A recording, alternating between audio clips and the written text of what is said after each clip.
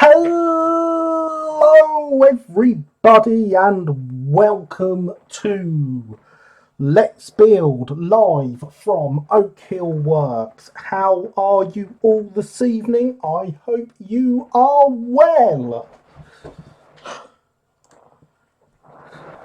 Definitely didn't miss my cue to switch over the screen or anything, as you can tell from the black screen that came up. So yes, just in case you hadn't guessed, we are working on Southeastern Chatham Wainwright D-Class 440 by Will's Finecast. It is not a problem. In fact, look, Heritage Railway Productions, I have come along here. P476 Stroudley livery improved engine green. P477 Stroudley line in olive.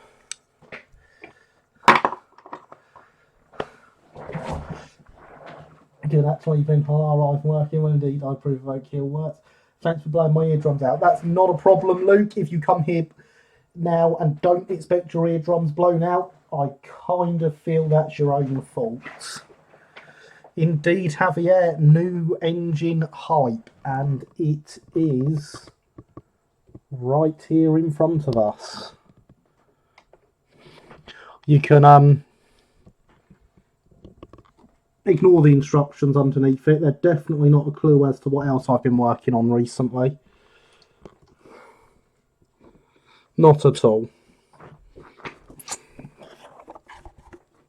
So yes, the D-Class. Finally. Isn't she beautiful? I certainly think so. Oh, also, for some reason, I can't imagine why, but for some reason, when I was looking through the paints to get those two out to show Heritage Railway Productions, that this one came out. I can't imagine what could have possibly made the mahogany paint come out. No, I have no idea. Atoms. Sorry, what? So yes, we have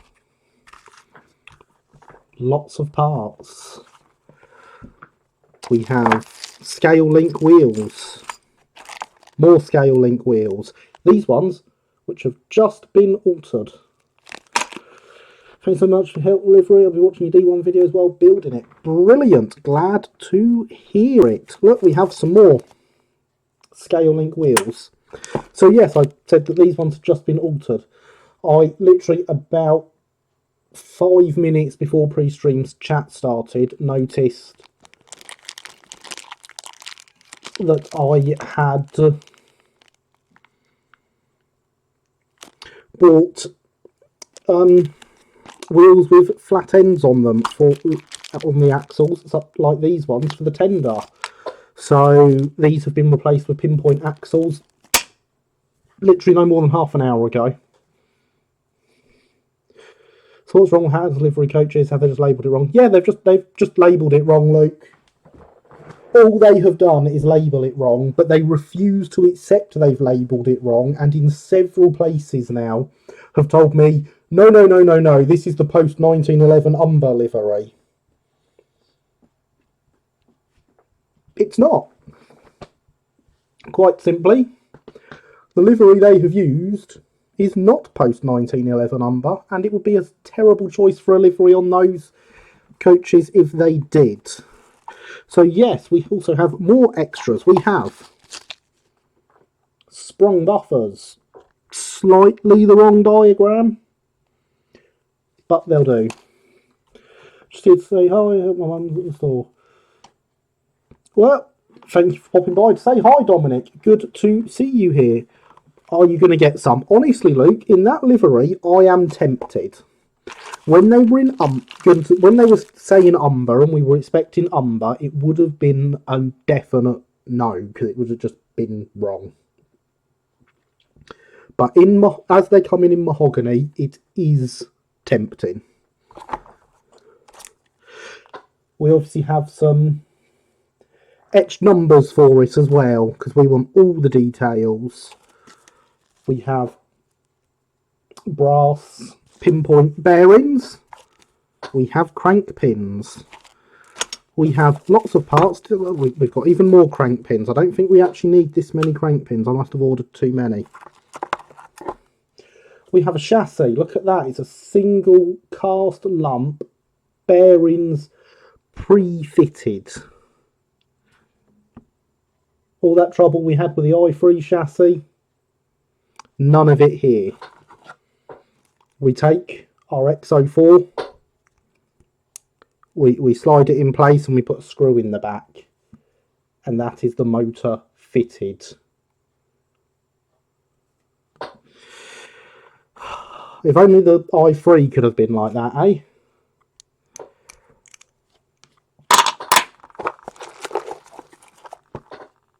We have a cog off a Triang loco, although I believe this one is too big and I'm going to have to swap it for one of the smaller ones.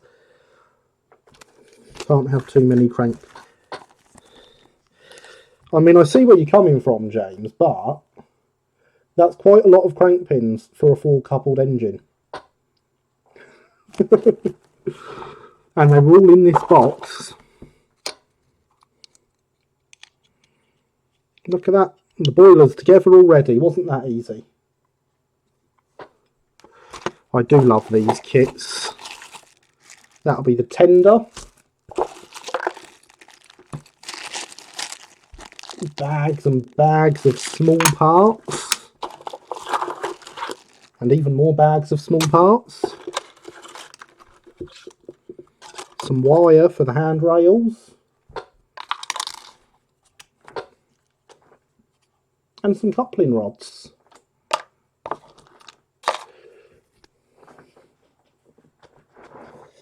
Before I DC my J39, I've got to work out why it doesn't work with the body on. Indeed you do, Luke. It's a very strange one. I have some video of it running around somewhere from when I test ran it. I don't know where it is. I also have video of me servicing it. Yeah, it helps if you spell kittens right, Luke.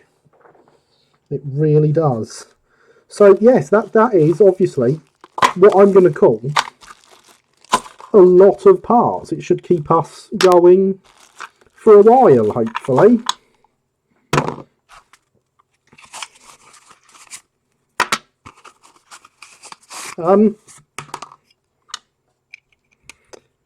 That's not a D class.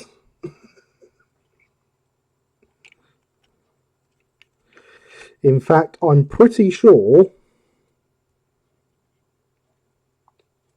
that this is a DJH standard 4. But we'll ignore that, eh? That's the only thing I can think of that could be that I've got. Run it with the body on, work that one out. You broke it, Luke. That's what happened. You broke it.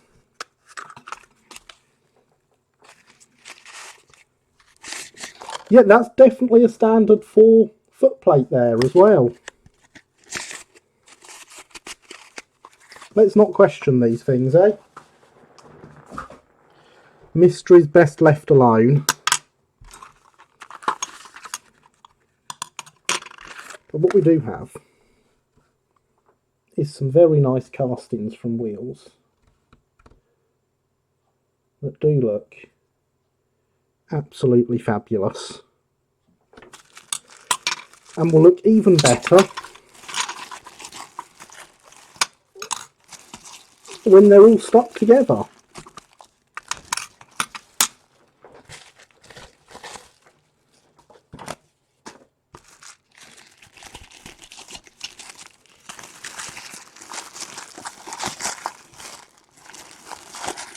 Have a look at these tender sides. Oh yeah, look, there's a bit of flash on there, but nothing much. A brilliant set of castings. I've tried putting insulating tape on the inside of the boiler and firebox, but nope.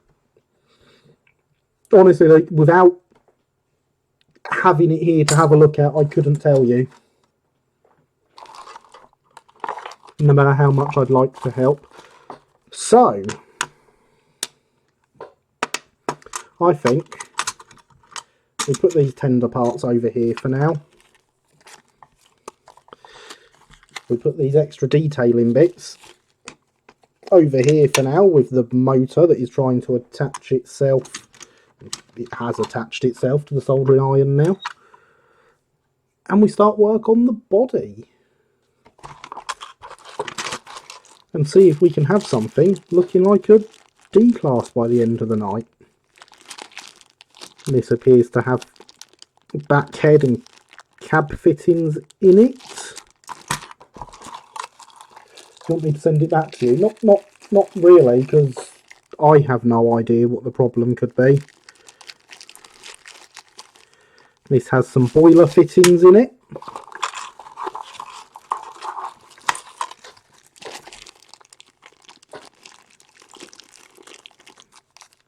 This has some parts in it.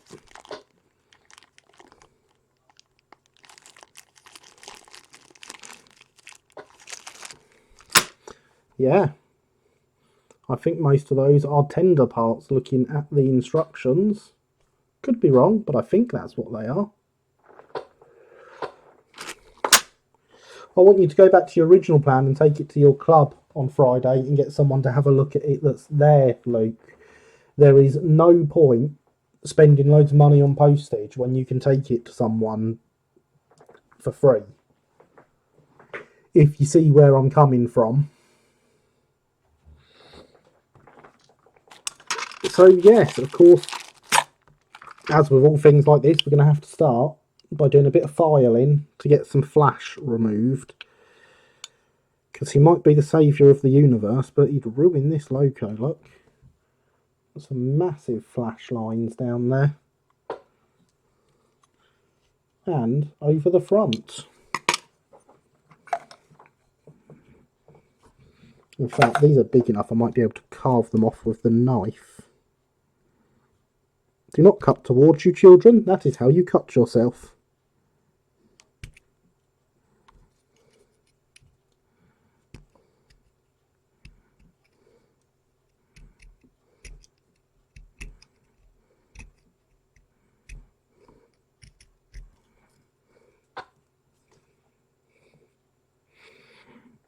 I am glad you understand, Luke.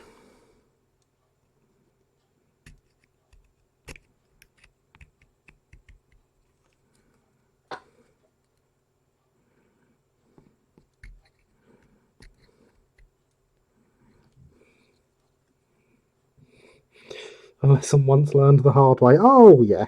Well, a lesson learnt many times the hard way. That's how I got so good at it. How are you going to do the tender coupling on this? I'm going to do it the way it's designed in the kit, Luke.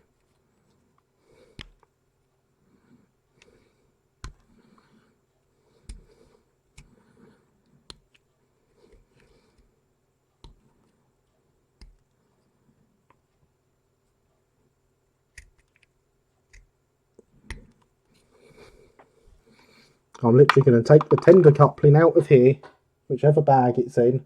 I'm going to stick it on, and that's going to be done.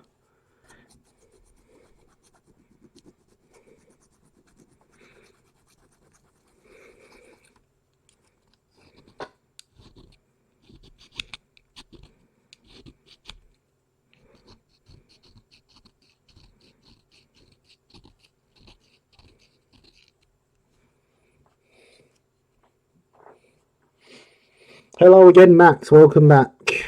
All clean now, I take it. How's it designed in the kit?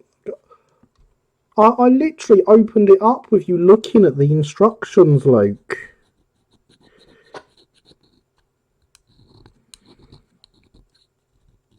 You'll find out if you carry on watching through the whole series.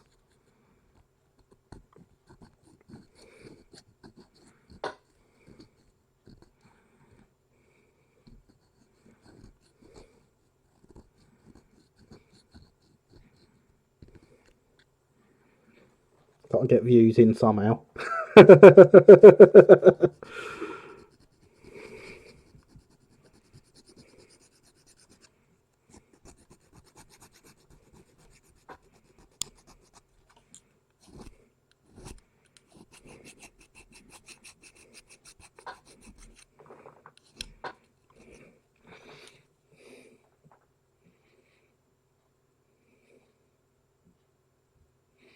Don't call him again, his name's Gary. You'll confuse him with comments like that, Luke. Don't do that to the poor boy. Not yet, working on it. Fair enough, Max.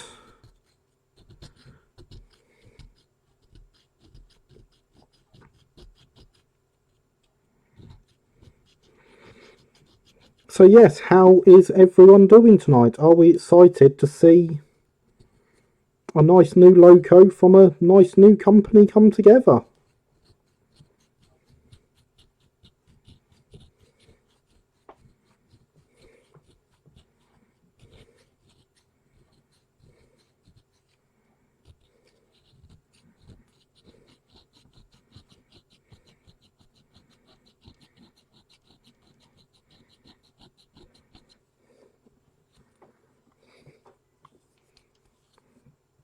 And there we go, that is that flash line gone from there, so now it just needs to go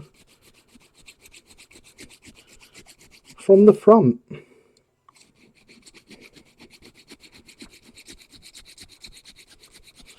Pretty stoked. Excellent, Max. Glad to hear it.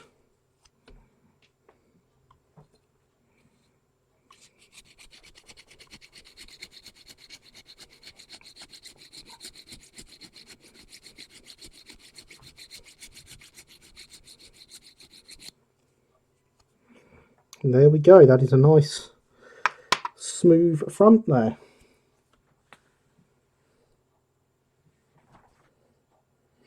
Tell you what, to anyone who donates on the Patreon, the next thing I'll be buying is a nice new set of files. Look how smooth that file is now. It's not much better on the other side either.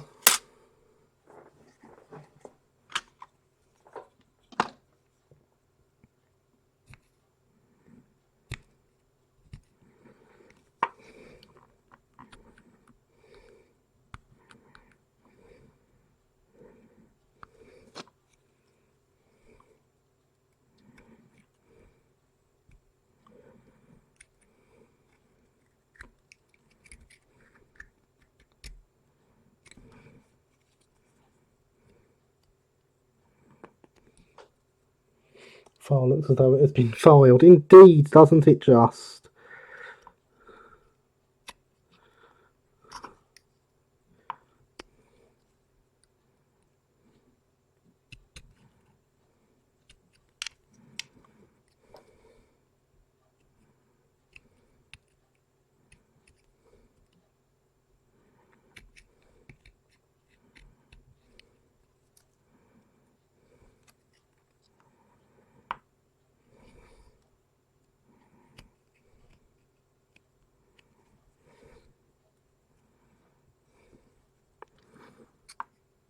This appears to have some flash down the bottom as well. Oh yeah, and look, we missed it on there.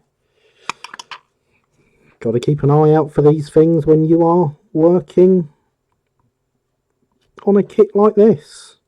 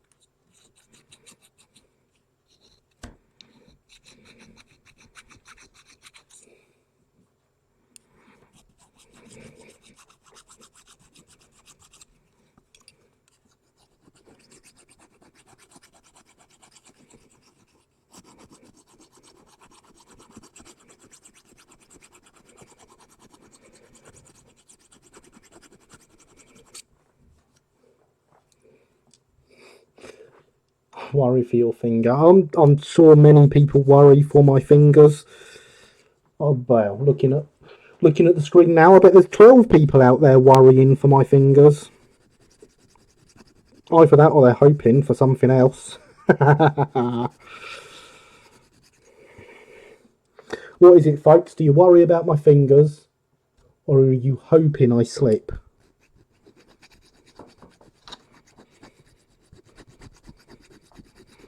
Do let me know, I don't mind either way. Just so long as you enjoy yourself.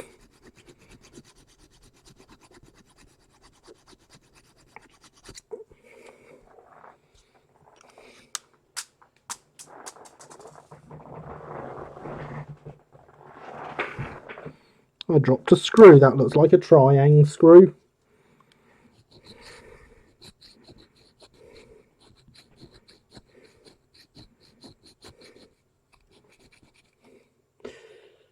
These streams are much better with 10-fingered Yarry, I think. Thank you, James, I appreciate that.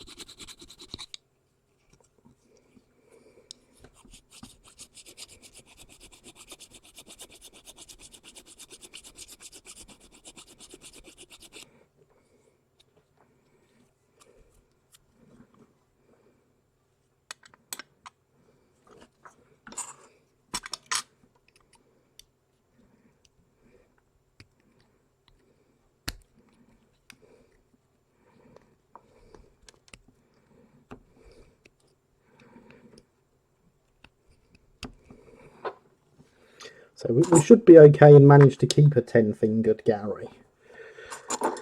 My fingers seem to be able to regrow.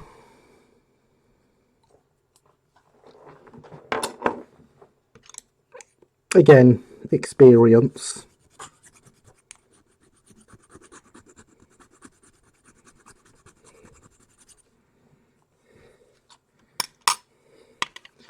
That is that one done. It was nearly time to turn the soldering iron on and see some actual progress.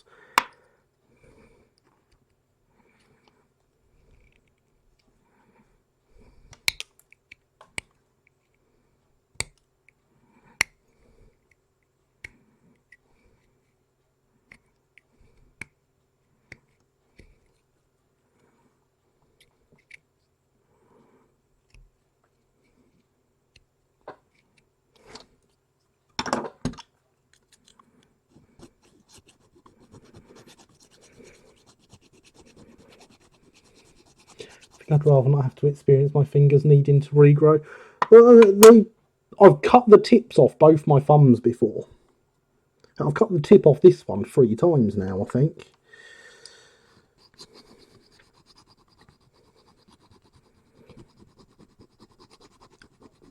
And they do grow back. Honest. Don't think you can even see the scars anymore. Nope. It's interesting when you cut off things multiple times, people stop believing you. As we are here, 24 minutes into the real stream, going to remind everyone hydration is important.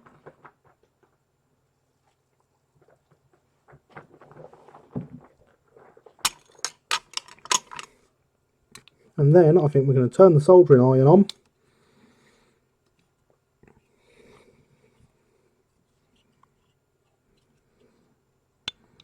Oh, there's a little bit to come off from in here where there's some flash.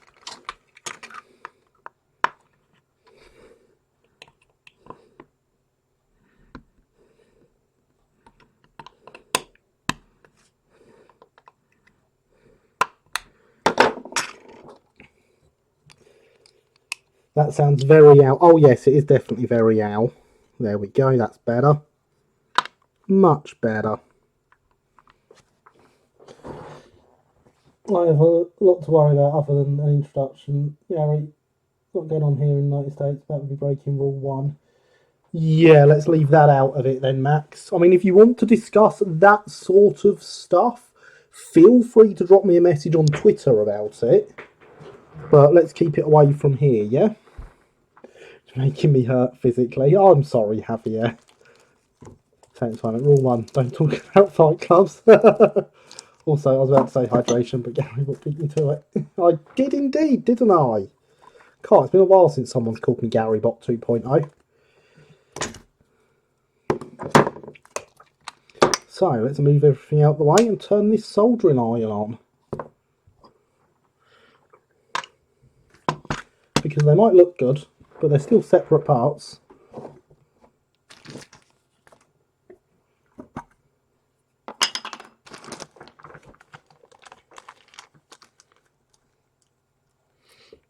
Oh, I knew what you were saying, thanks for Max, don't worry. I'm more than happy to discuss these subjects in private, but there's no need for them publicly. They just cause disagreements.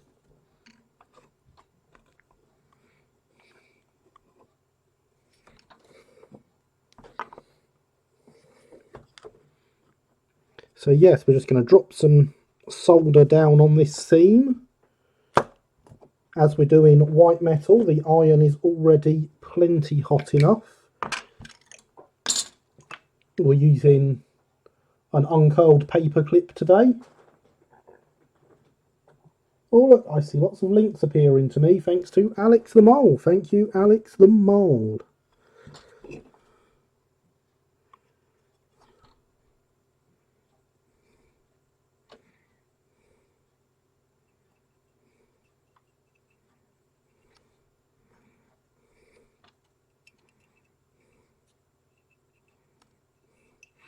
Alex the Mole, who has just got himself a new layout which would look absolutely fantastic with one of these on it.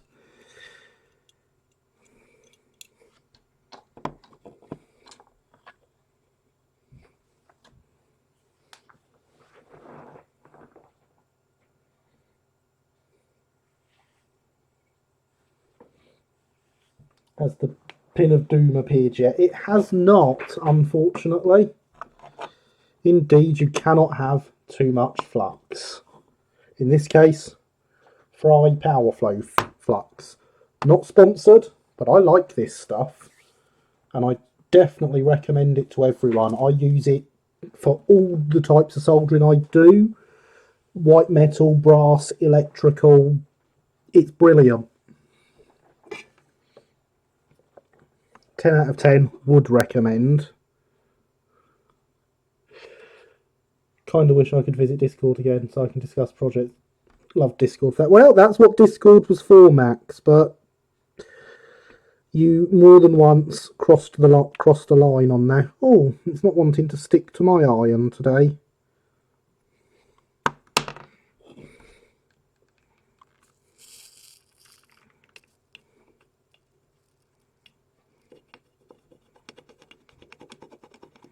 But there we have it. The first bit of solder is on. The project is officially started. Is Fry's Powerflow Flux better than Fry's Turkish Delight? No, James, no it is not. I would always recommend Turkish Delight over Flux. Unless, of course, you're soldering stuff.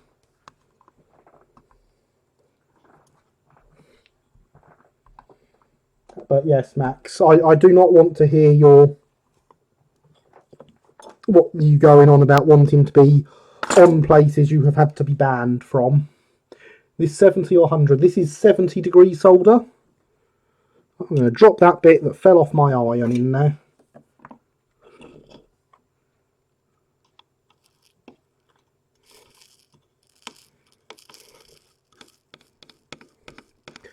I got this solder from Squires.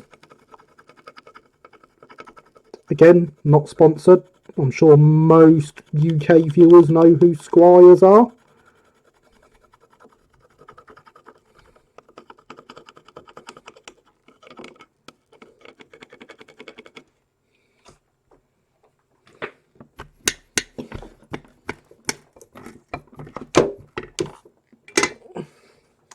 I wouldn't eat either if I'm honest. Disgraceful Code Monkey. Good evening though, how are you? And hello A1, how are you? I hope you are well. I've been following incidents in your country quite closely recently. It looks very interesting over there. I've had good solder from hobby holidays in the past. Excellent. Always good to have nice recommendations of where to get nice things from. Solder, Turkish Delight, other things. We approve of recycling. Indeed. Look, we got a nice join across this back bit now. They are not coming apart.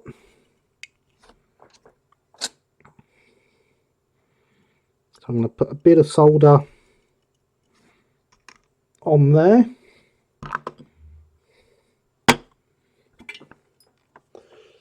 Doing fine. I am doing very well, thank you, A1.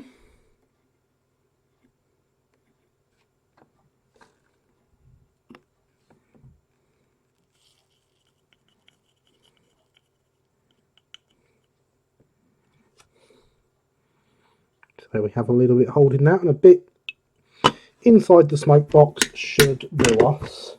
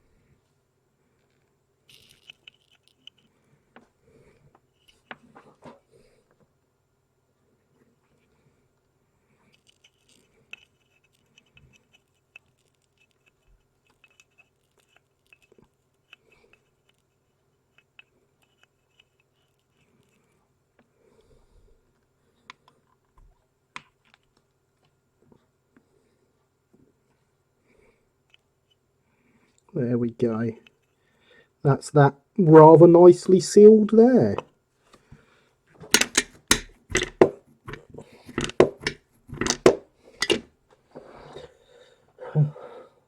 Five 5.0 was the most powerful one recently, so yeah, wow, that's quite powerful, A1.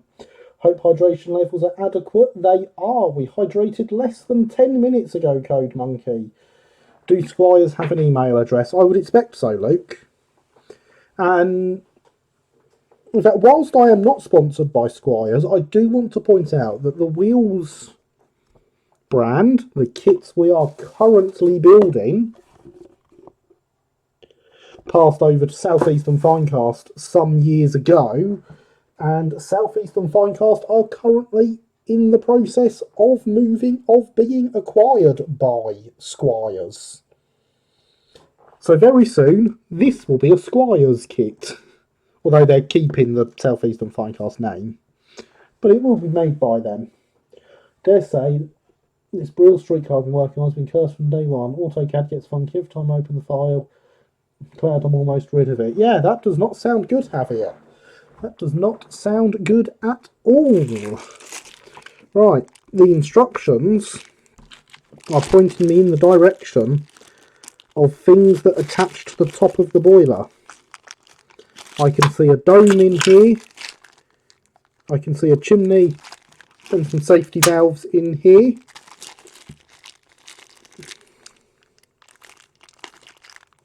So let's get these open. I don't really like ripping these packets, if possible. I always like to bend out the staples and remove them, leaving two small holes rather than some massive ones. which of course means I can fold the kits back down at a later date should I want to reseal them. How's the other kit coming along the cage? Not sure if any more progress has been made. You'll see it on Tuesday, Max. I have already filmed the video for Tuesday's update. I don't want to give anything away. So when did Wheels become South Eastern Finecast? Long time ago, Luke. A long time ago.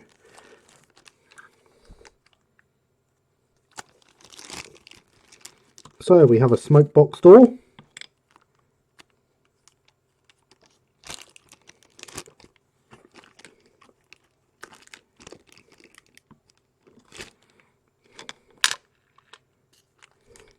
Chimney. Safety valves. I believe that's all we want from in here right now. So I'm just going to pop that there. So this has the hole all the way down. Yeah, there's no hole here, so it will just end there. Which is a shame, I might have to drill a hole there at some point.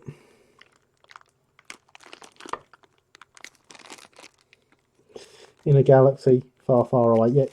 Yes, Code Monkey, yes. Hello, Becca, welcome. How are you this evening? I hope you are well.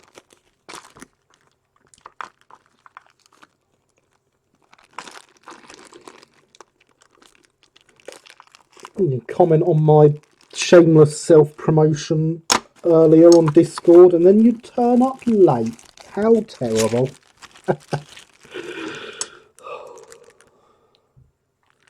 One day I think my sarcastic jokes like that are going to get me in trouble. I mean, I'm not going to stop doing them or anything. I just think they get me in trouble.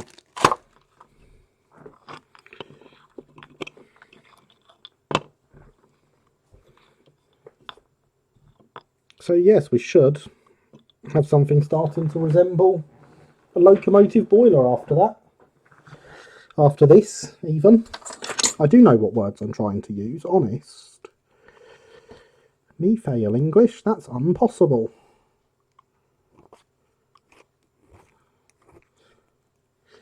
Let's get a rounded one. There we go, there's a rounded one.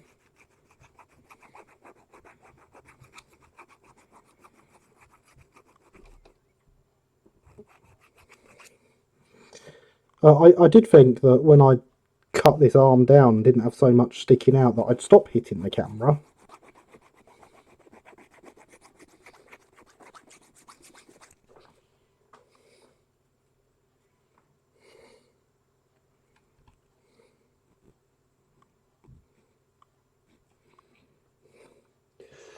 Made an executive decision that Chattanooga Most wanted to place in DVD CD motor.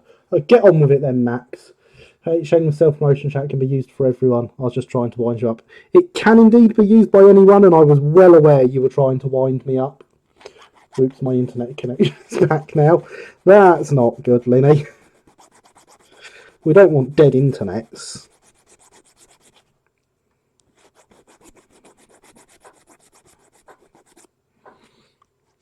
Speaking of which, now that we run these through the laptop rather than the phone, I do connect via Ethernet and have an Ethernet cable run to my laptop now to give us a more stable connection than the Wi-Fi. I remembered less than 2 minutes before putting it live that I needed to plug the Ethernet cable in to be able to use it.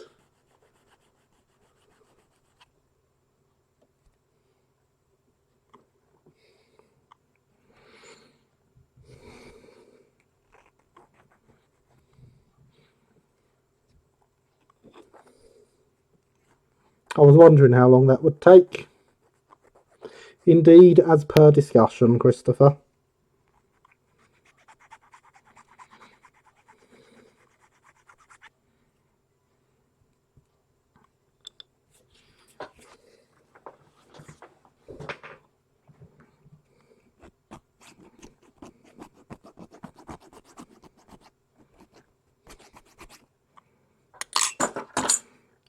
That's too much in there. Let's get the knife in.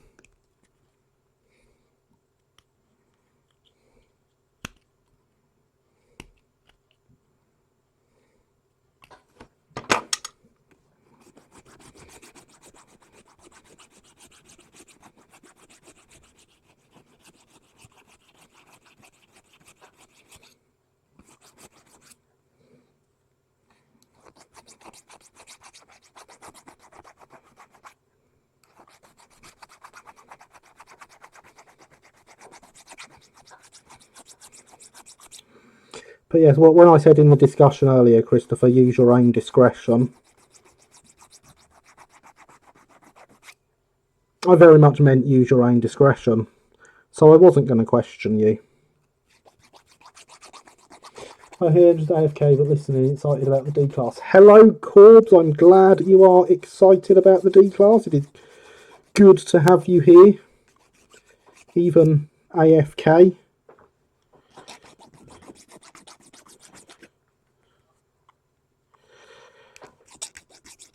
Are you doing any work on the not worth rescuing railway this evening?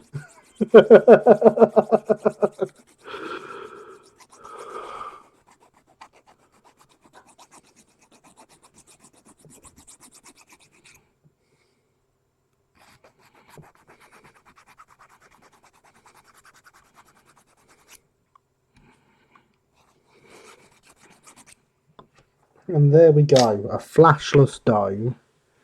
Our saviour of the universe.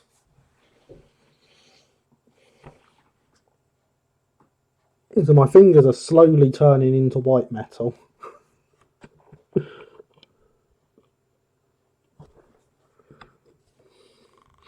There are markings on the top of the boiler for where these bits go.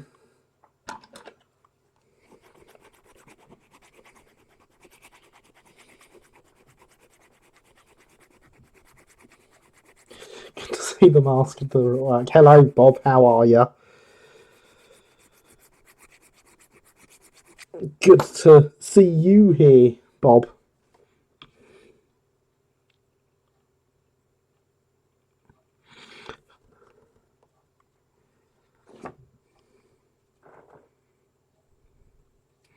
And there we go. See, doesn't it look more like a boiler already?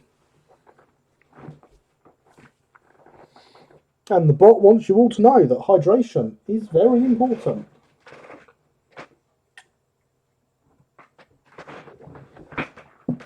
And the mod wants you to smash the like button. I actually meant to change the bot's like command. Not command, it's scheduled thing that it says, because I wanted to point out, for those that don't know, that there is a possible side effect that pressing the like button. No, it's exclamation mark merch for that one, Christopher. But yeah, did you know pressing the like button has a chance to make you more attractive? Results not guaranteed. Looks like a boiler. Give it here. I'll turn it into another freelance logo. No. No, Linny. That's a bad Linny.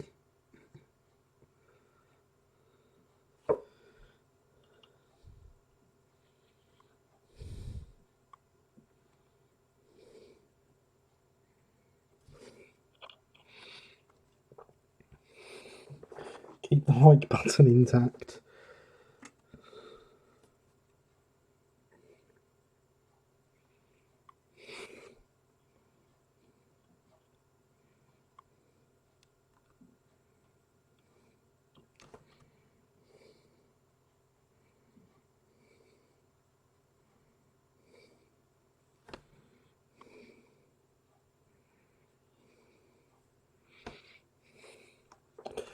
Couldn't be more attractive. Best to like just in case. Being a kitten has a certainty of making one more adorable. Definitely does in my case. There's a reason I don't appear on the screen. I have the perfect face for behind the camera.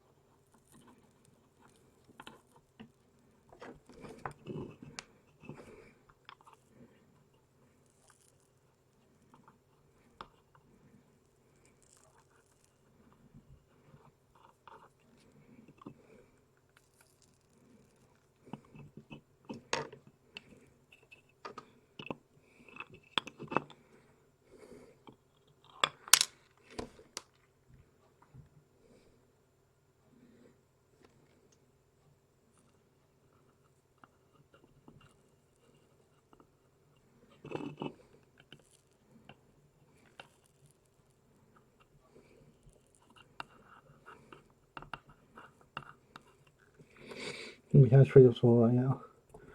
Oh, I've got a radio face, I know what you mean. Oh, glad I'm not the only one, Bob.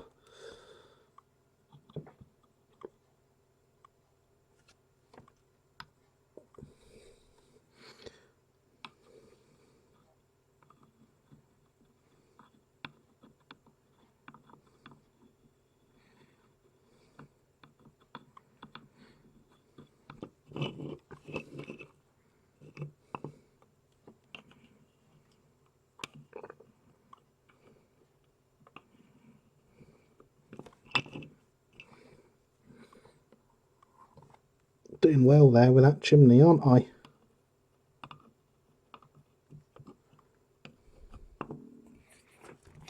Must say, Bob, since you're here, I'm rather looking forward to seeing more progress on the layout when it happens. It is definitely one of my favourites.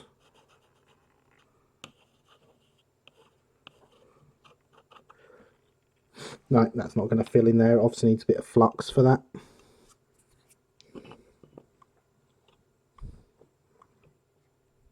And there's the mark for that.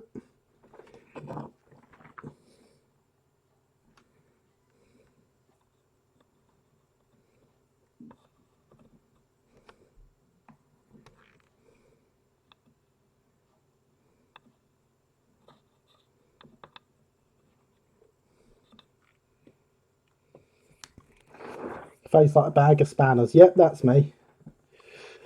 Radio face, I mean ears like antennas and a tuning dial for a nose. I don't look that good, Code Monkey.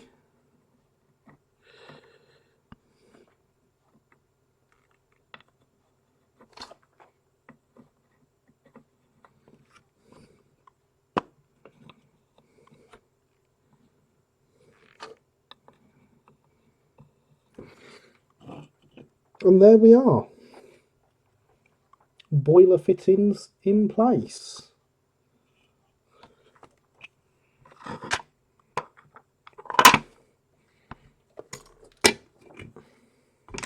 Clean tip, really.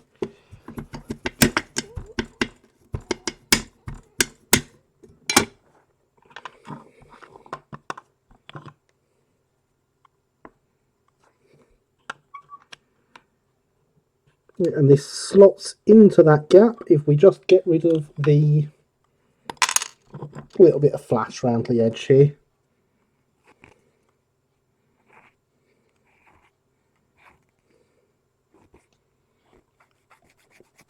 $18 viewers, that's an incredible number. Thank you everyone for being here. I hope you are all well. And hopefully soon, matey. Excellent, glad to hear it, Bob. So yes, does anyone have any of their own projects going on?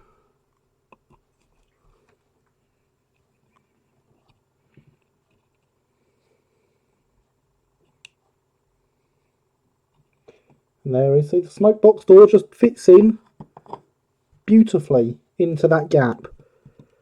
I do love the way that these kits just basically build themselves.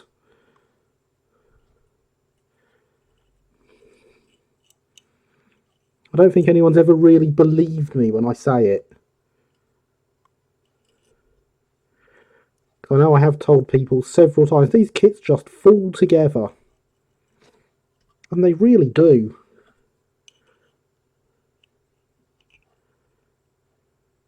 And of course, being white metal, you can quite happily use epoxy or even like super glue on these if you really want.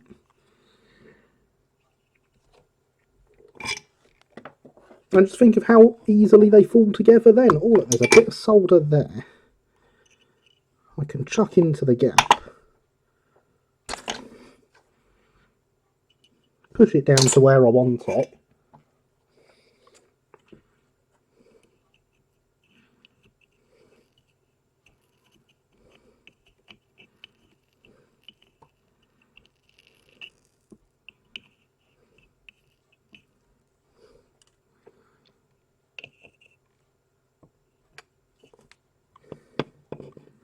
And just like that, the smoke box door is fitted.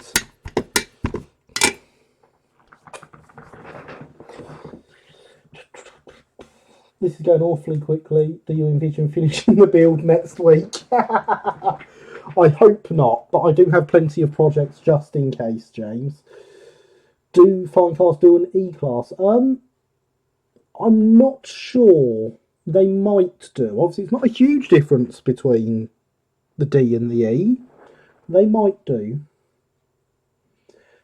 Probably ought to be working on the 3D model for the Quintart Club project. I'm actually working on Simutrains, fair enough. Working on my upfield layout. Oh, excellent. I'd love to see that as it progresses. Do you have any projects at present? No, I'm having a bit of a lazy day actually, James. Just trying to sitting around, not really doing much. Been playing with KDs for the last few days. Just need to order a height gauge and some number 19s. Fair enough. Monkey, hi all. Hope you're doing fine. Hello, Monkey. I hope you are well. Thank you for joining us. I am doing fine since you ask. And so yeah, so if I just put that there, got a loco already basically, haven't we? Of course, it actually needs a little bit more than that to get these ready for attaching the boiler boiler. But now that that's done, you know, we can do that. I'm gonna take these parts out. So I believe there's a few parts here I want. That is the front of the tender, I do believe.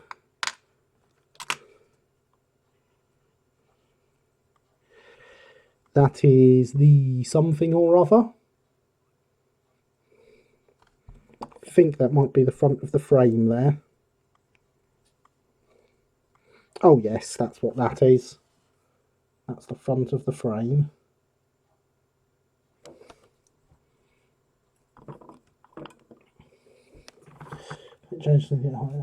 Going to film and upload a video of the progress as soon as I can. Excellent. I am already subscribed to your other channel, so I look forward to seeing that.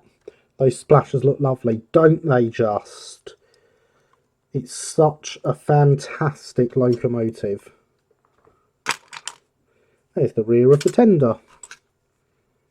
That looks like the top of the tender to me. Cab floor. Back head.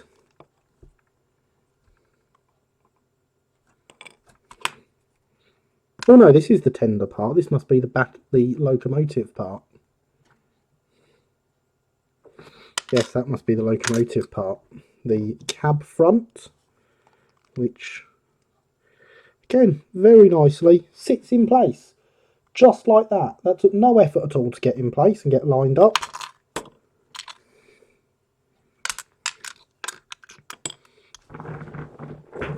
The cab roof. The front of the tender.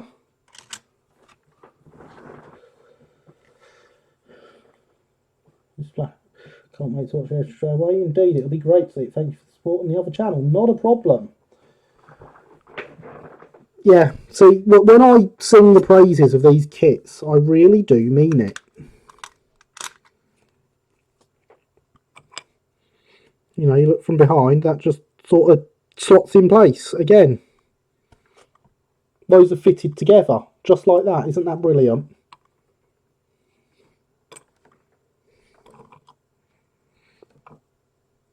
So there's a bit of flash that needs removing from the holes on here. Quite specifically from this one. Might have to get that with the knife. But it's nice and easy to do that with white metal.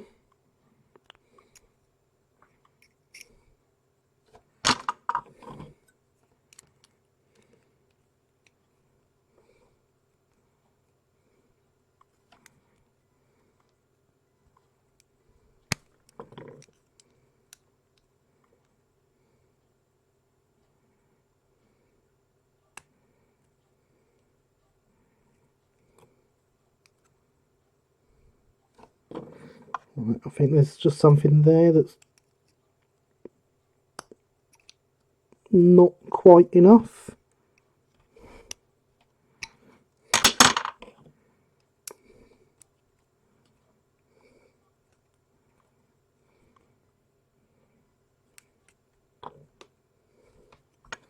Just make sure this bit's okay as well.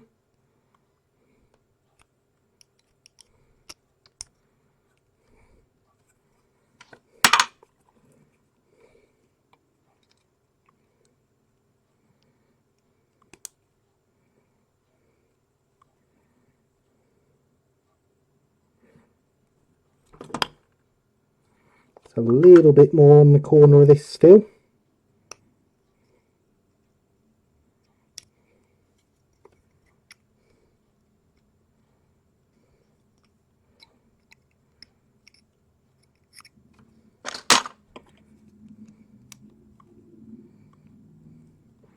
But you look at how well these parts all fit together.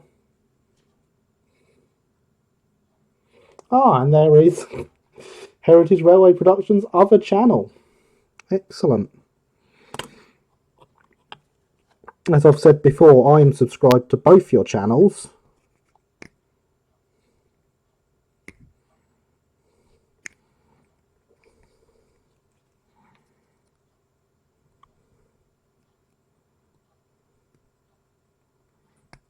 And it'll be great to see some progress on your projects that are going on either of them. There we go, that's better. So let's just de-flash this bit. Try not to bend it too much out of shape.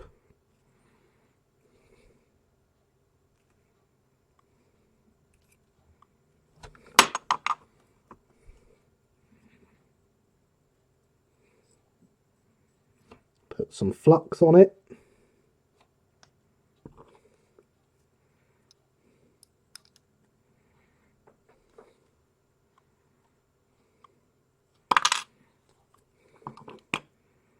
And join it together.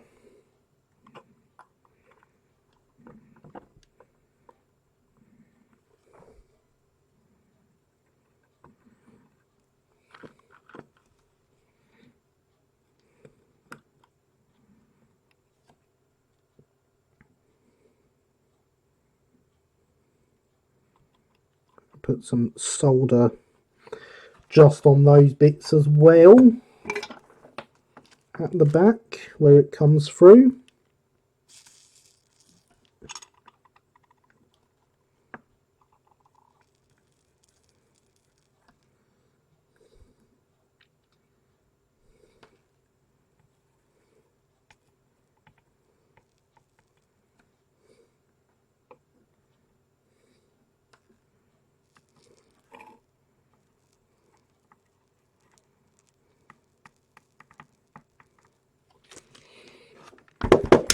Thank you for the support. Anytime, I like to support all my viewers. 31 likes an hour in. Excellent. Thank you, Killian. Much appreciated. Very much appreciated. And there, that is, just with those bits soldered, that is nice and held together. Could probably get away with just that. And you can see, I don't know how well you can see on the camera, there's a couple of spaces just along the front here where that solder has gone right through. And it's just closing the gap quite nicely.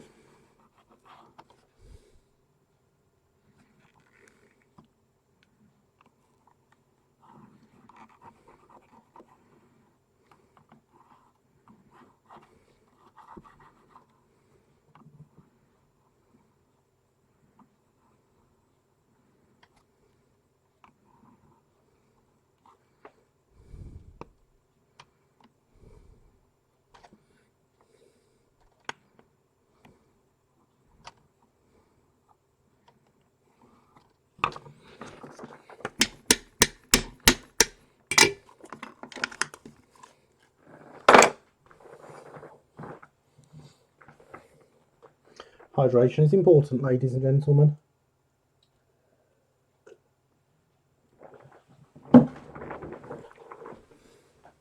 Just trying to do some quick maths, Killian. If I take away your 17 from those 31 likes, how many have I got?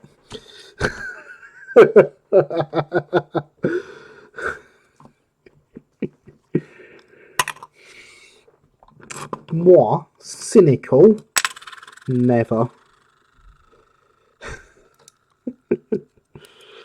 Just looking in briefly, glad to see the possibility of buying RTRD isn't putting you off building one yourself. It has to be more fun. Indeed, Stephen. Good to see you here. This way is much more fun.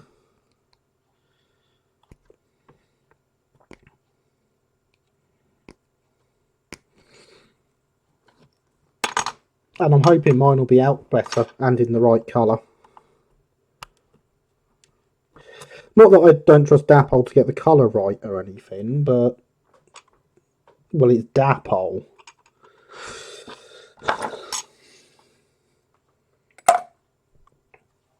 So yes, those frames do indeed slot together very nicely. And yes, Alex, yes, it does have to be more fun.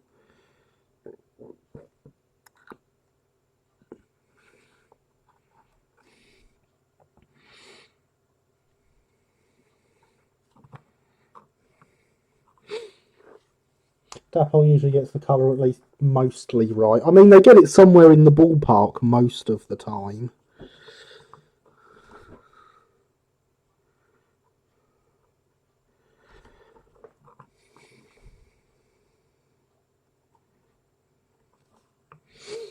But at least we know that they know what colours are.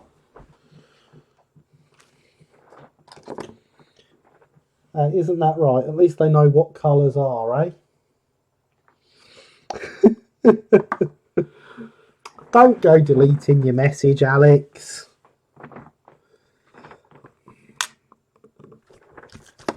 Unless you're going to tell me I've got a good point about wanting the accuracy in the paintwork over the Dapol model.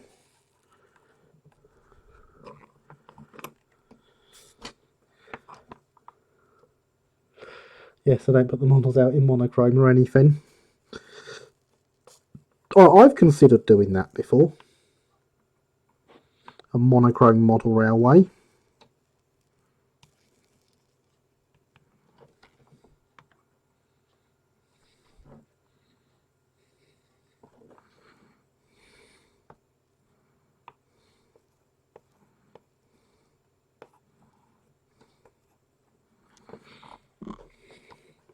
Really must try and get back into Cambrian Street, Gary. Watching you is making me realise how long it's been since I've been able to do anything.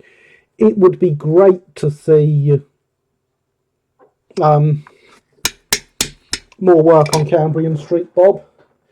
Right colour, like red, you mean? It could be regarded as a practice run for that spinner you've got up your sleeve. The spinner's not far away, actually. But It's not up my sleeve, Stephen. It's in a washing tablet box.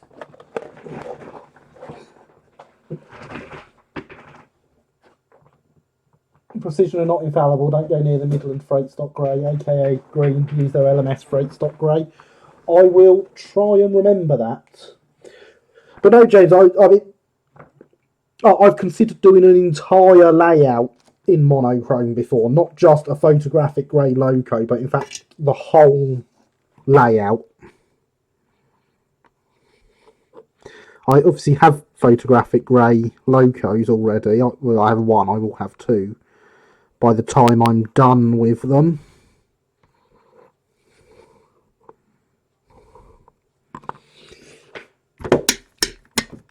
White metal's not magnetic, is it? Where have I blooming put it now? There we go.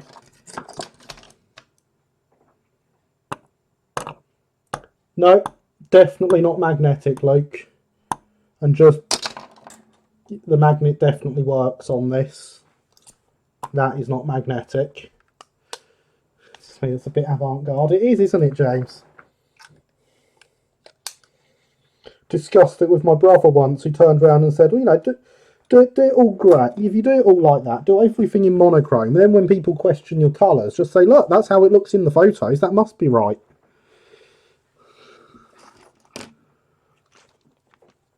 And he's got a point. That is the colour it looks in the photos.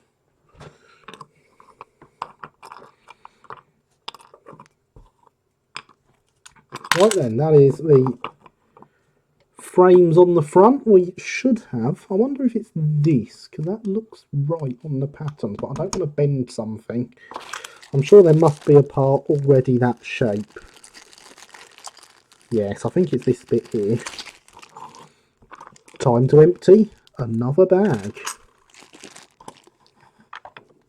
Put that part over there so it doesn't get lost.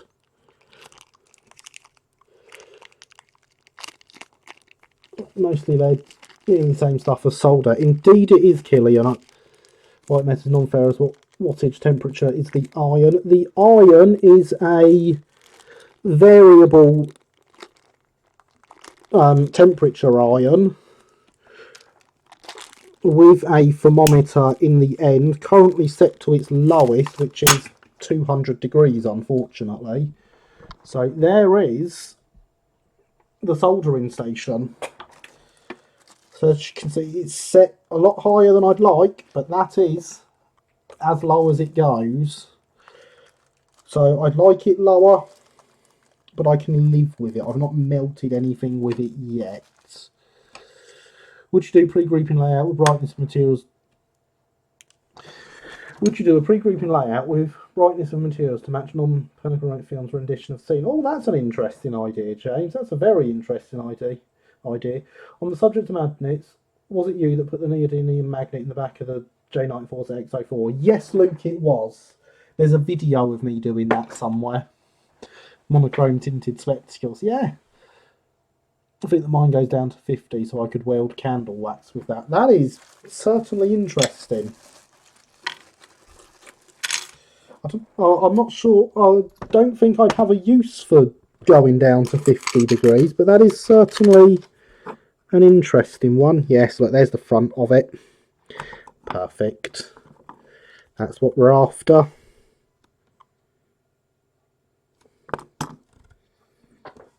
Would you look at that? It's even got the lamp iron on it.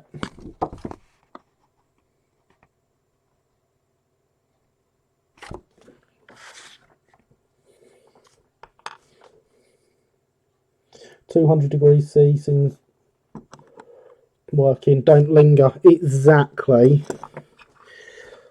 I am well aware I should not be lingering at that temperature. Are we going to get falling off roof this week? I'll see what I can do for you, James.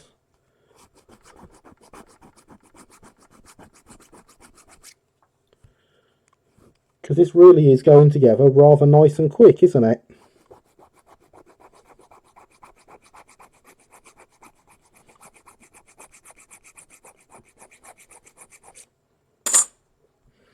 There we go, that is the flash dealt with on there.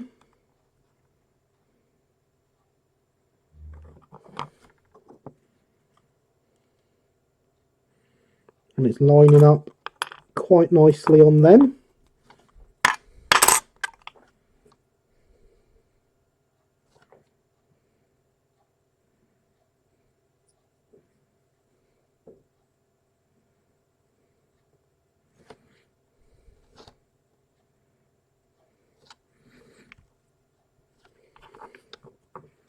So we're going to put some flux on there. We're going to put some flux on the back of here.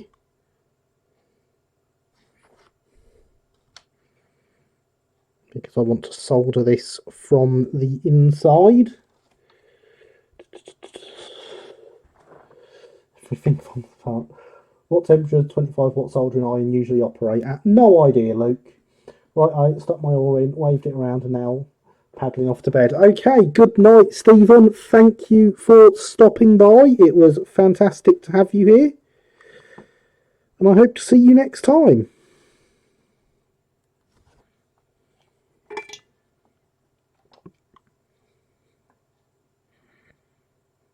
Don't forget to bang your oar on the like button on your way out. Much appreciated.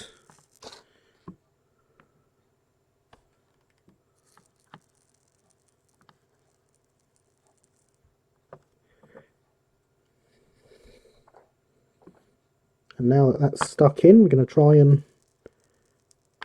gently adjust it.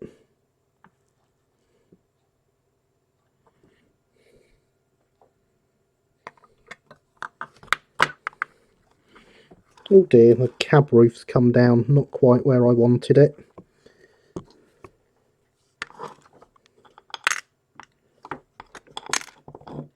Although that's not going to work with that lamp iron on there, is it? No, no it's not.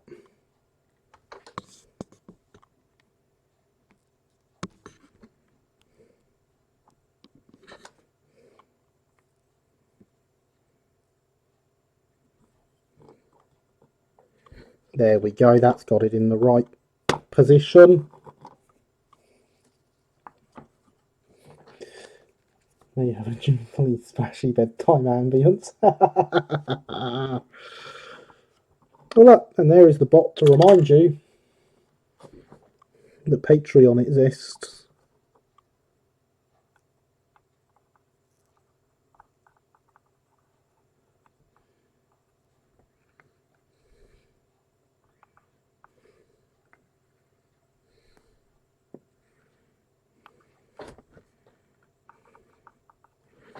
I don't like promoting the Patreon personally. I'd like to get my money paid direct by YouTube, but it's never going to happen.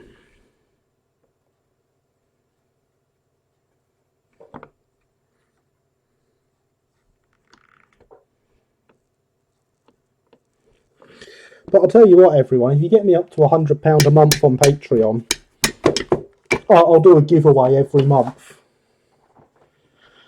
How's that? Incentive. Yeah.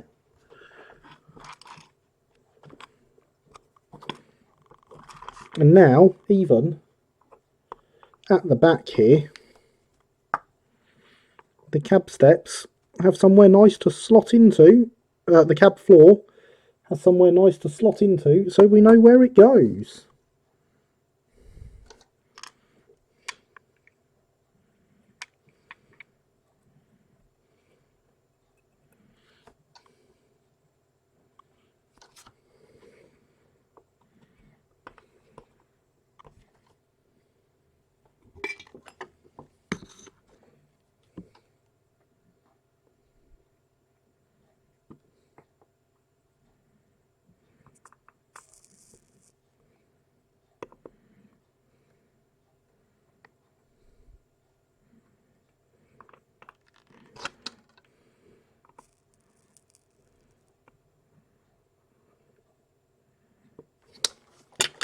There we go.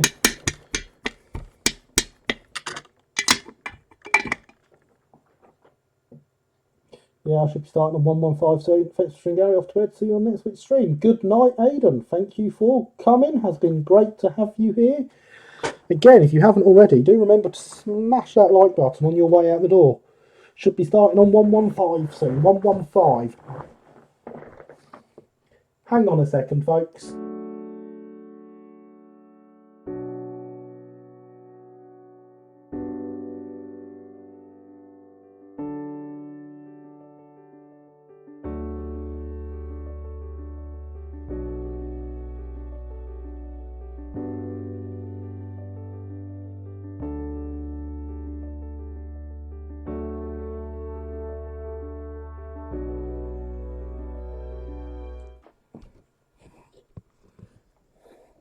Look, Killian, it's 115.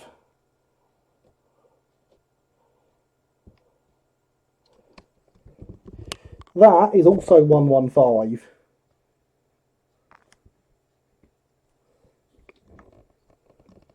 And that picture of 115 is at Hailsham.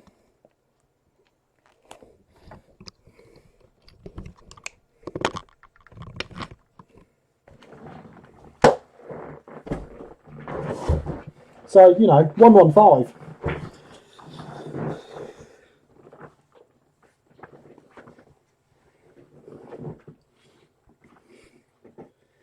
Till I'm not suited to this hobby when my first thought is a 170mm circular saw. Yeah, probably best not to go down that route with things like that, Code Monkey, but yes. That's Merton, already done her. Fair enough. The book claims they're the same loco. But yeah, that's picture of 115 at Hailsham, so I could use with 115. Such short platforms. They were then. That was when the station was first built, and it was a terminus. In the 1840s, it was rebuilt as a through station not long after, actually. 1860s, maybe.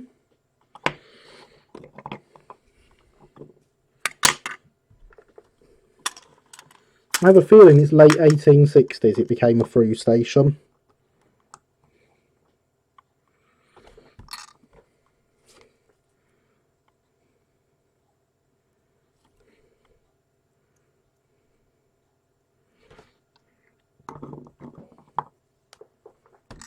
What's the progress on Hailsham?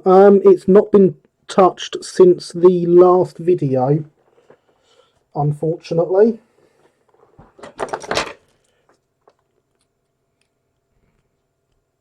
As you can probably gather from the videos, that it takes up my whole kitchen to get that layout out.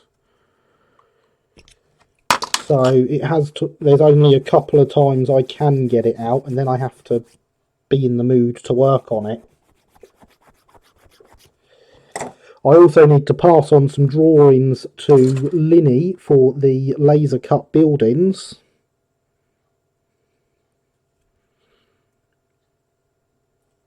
That they are very kindly doing for me.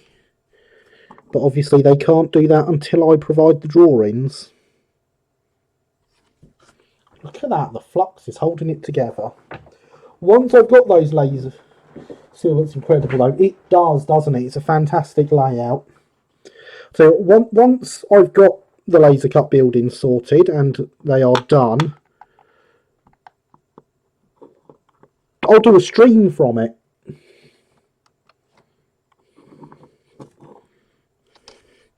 This is why I approve of sheds. Oh, yes, wouldn't it be wonderful? The problem is, I mean, even a shed, because it's an exhibition layout, the scenic part of the layout is 13 foot long.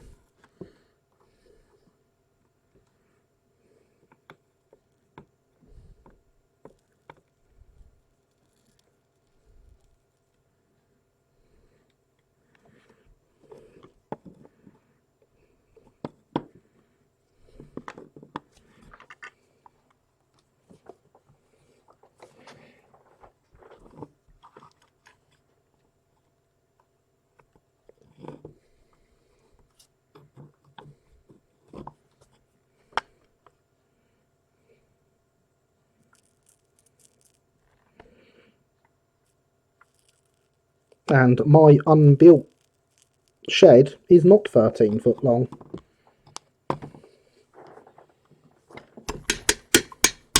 .12 foot, I think. Need a van big enough to load the shed onto. I've got a van big enough, James. I drive a Transit.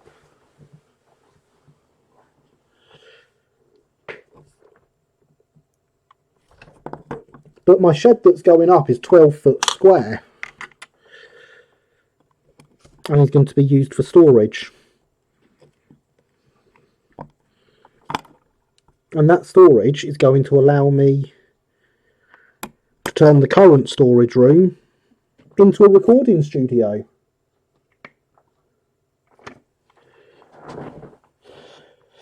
Yes, that's bordering more on bunkhouse territory than a mere shed. Have a shed longer than 13 foot by 20 foot container. Got exhibition layouts in progress. Indeed. But the thing is, that's just the scenic part of the layout is 13 foot long. It's a through station. It's got fiddle yards both ends. The whole layout, when set up completely, is 23 foot.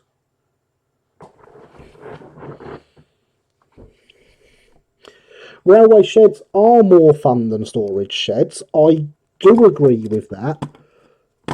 But recording studio, like proper recording studio,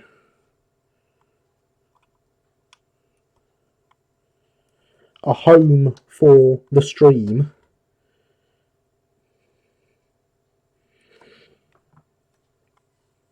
and yes, it is going to have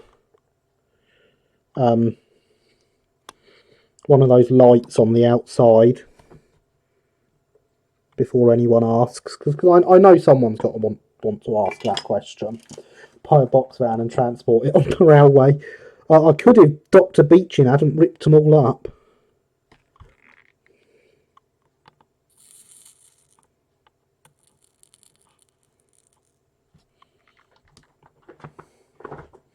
Buy a 40-foot container, cut it to 23 foot. No, Luke.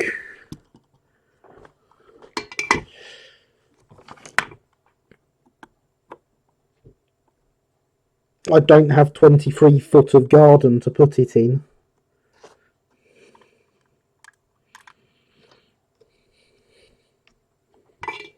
Surely actual model railways greater than YouTube videos about model railways. This is actual model railways though, James.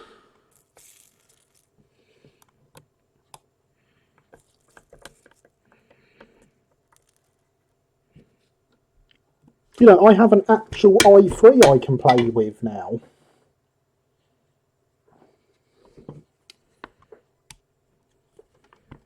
And soon I'll have an actual D-Class I can play with.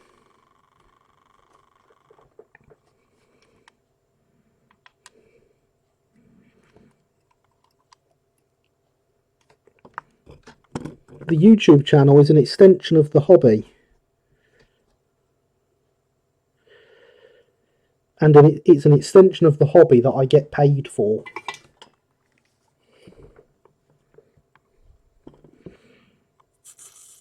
And that money I get paid for doing the YouTube channel buys more model railways.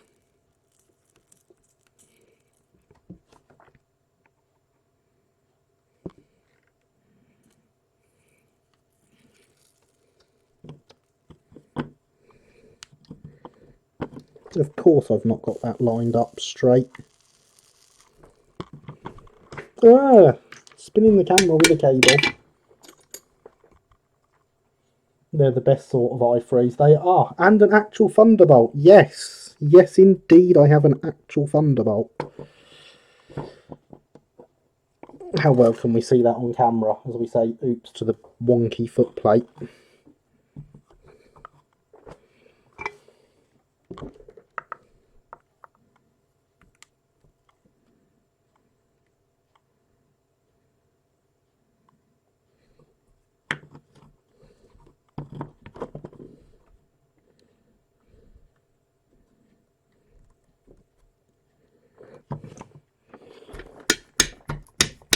Do you know what class of steam locomotives would have run on the Uckfield line? Depends on your era. There was definitely a D1 that ran on there.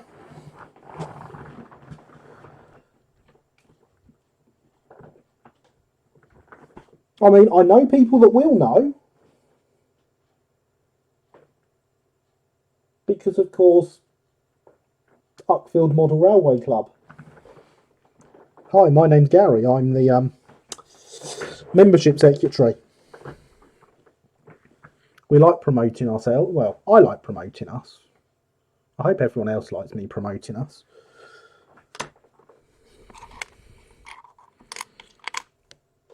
And yeah, there will be people there that will know. There we go, look, folks.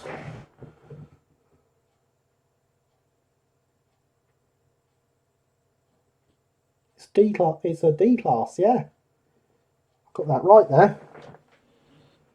Hydration's important as we approach halfway.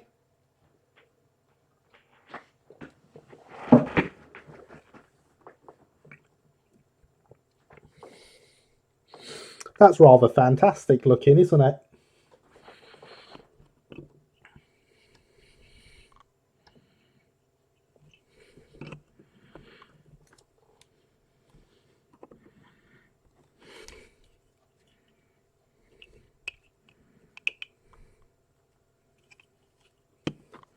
It is looking very locomotive-y. I'm very happy.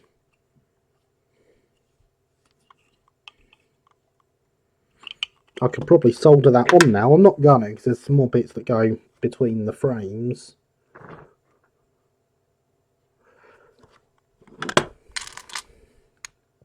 Like this bit.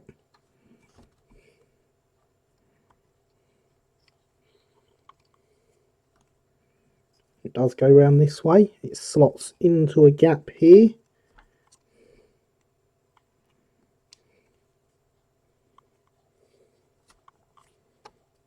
Good to hear about the D1. Yes, well, the locomotives were named after the lines they ran on, so the D1 would have been down there. I also have, I don't know if I've got it bookmarked in the book, but I do have drawings for the first loco that ever ran on the line, because someone at club, of course, has a newspaper article about it, and I managed to track down the drawings.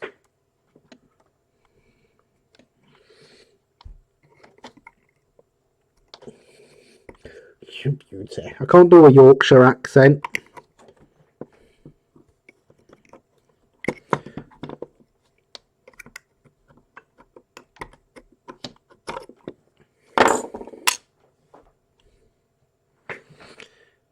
So I won't be gracing you with one.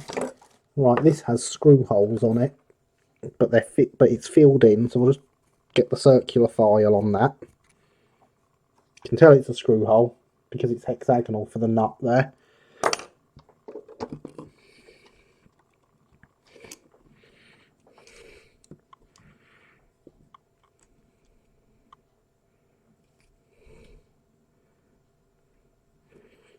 This would have maybe been a bit easier to put in before attaching the frames.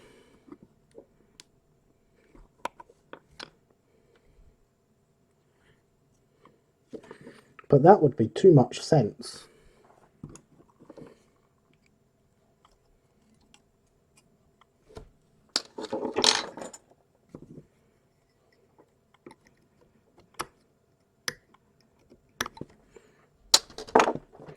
In fact, look, James, just for you. There's the cab roof. Oops. Had to happen, didn't it?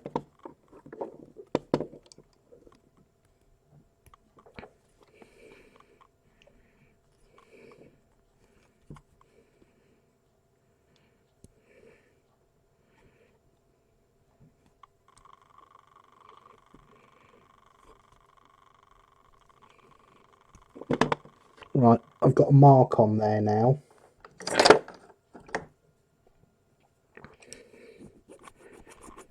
and I can file a groove into this piece.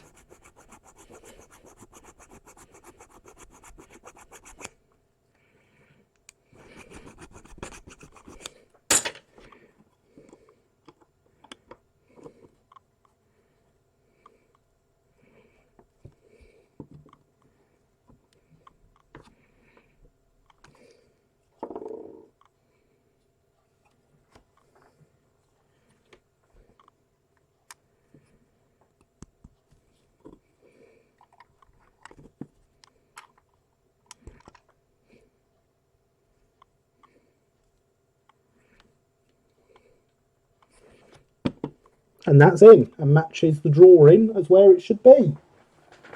Splendid. I knew you'd approve of that, James.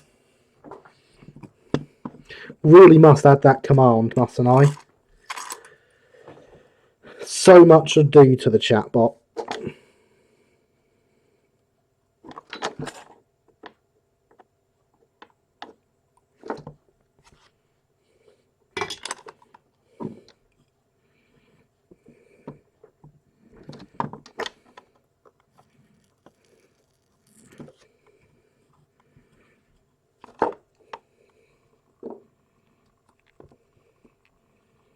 If there's going to be loose blobs of solder lying on the block, I'm going to use them.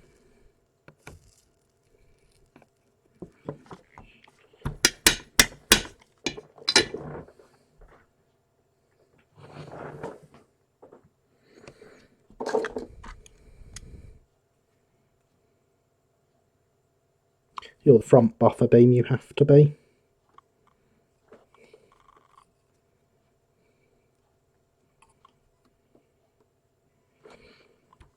So, the front buffer beam fits nicely as well.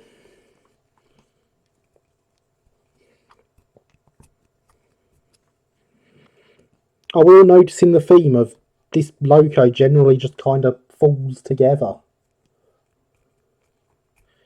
This really is a stream of progress, isn't it?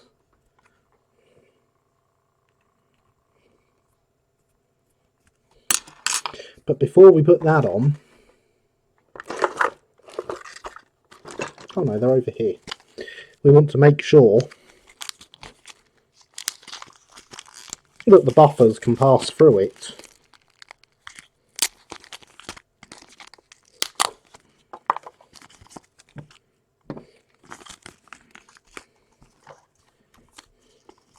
So we're going to have a quick lesson in building sprung buffers.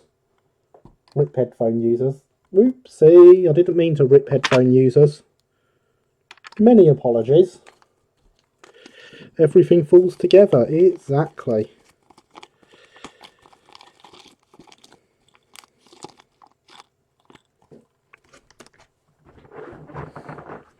So yes, these are MPD sprung buffers. It's just that these sounds are physically painful, your headphones may be too loud. So they come in many parts. Buffer head, screw, spring, buffer body. Not a huge number of parts, but many still. The spring goes on there. Then the body goes on.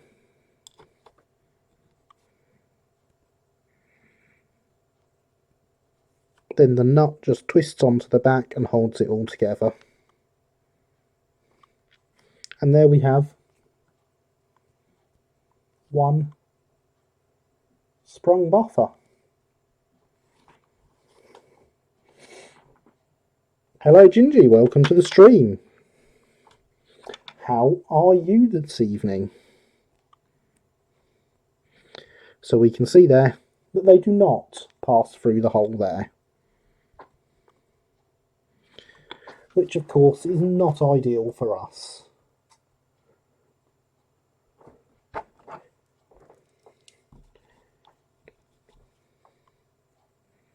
Needs to be about twice the size of that drill bit. I bet this one is the right size. No, even that's too small, and that is the biggest I can do in the hand drill. So those holes will have to be drilled out with the power drill, which of course is not happening tonight on stream. If I had a nice soundproof recording studio, it wouldn't be such a problem. Oh, there's a nut in the end of there. There we go, it's out now. So we shall build the rest of the buffers whilst they're laying in front of us. That stops any parts falling off. These are the same buffers I am using for the K-Class. For everyone following that project.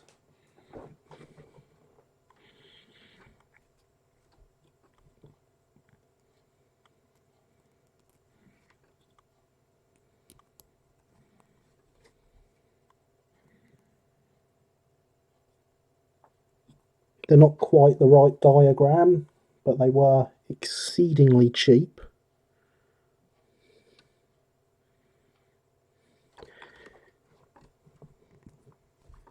I think I got 12 buffers, so 3 sets, for less than a £5.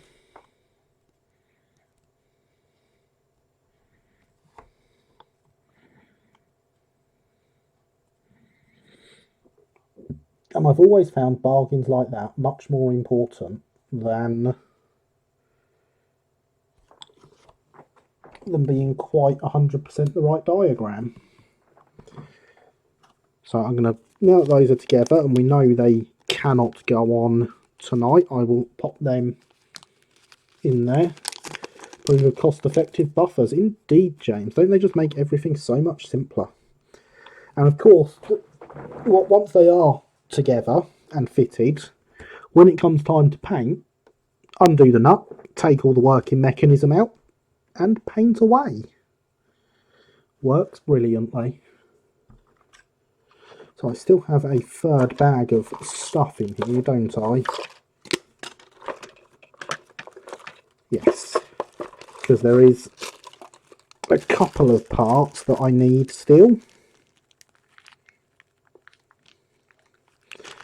Those parts there are parts for the front, and that bolt is obviously going to be to drop in there before we put the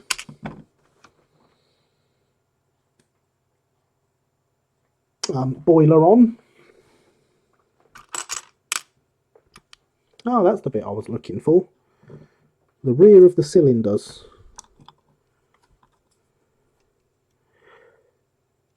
Which just slots into place there.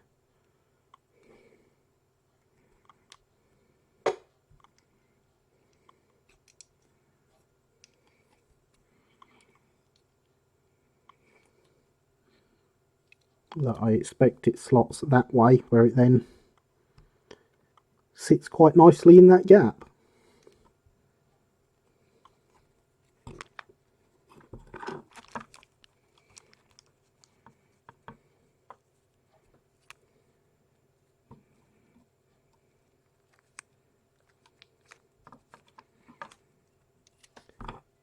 So let us apply liberal amounts of flux. After all, you can't have too much flux.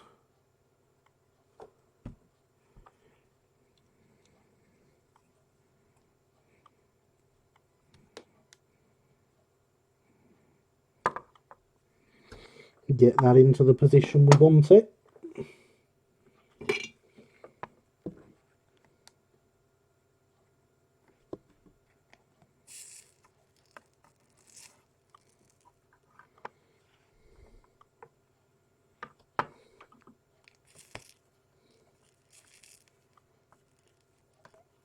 And apply solder.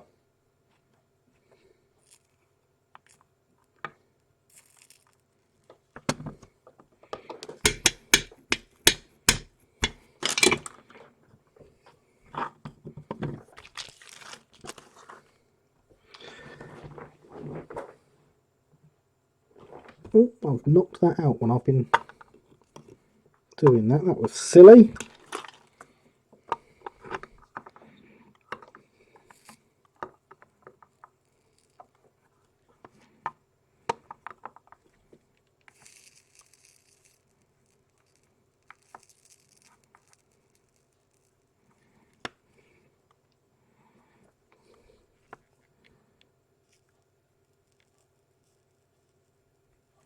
It's a bit better,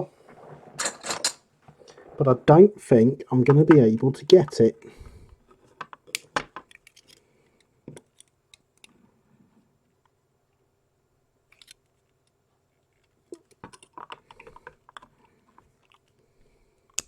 There we go. Now we can try again.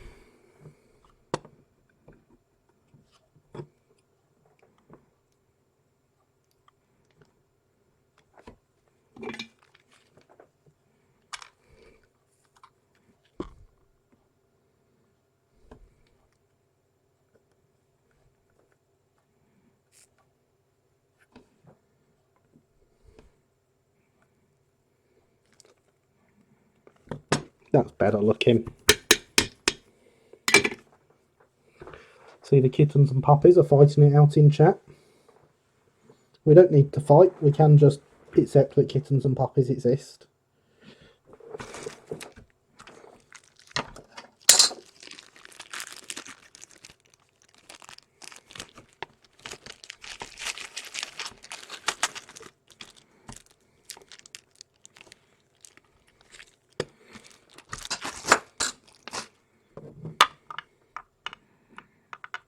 And we shall drop a bolt in there, a nut.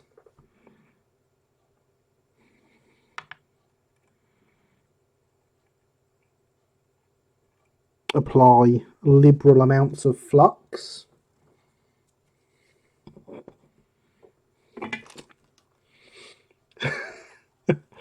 Everyone is fluffy, exactly, James.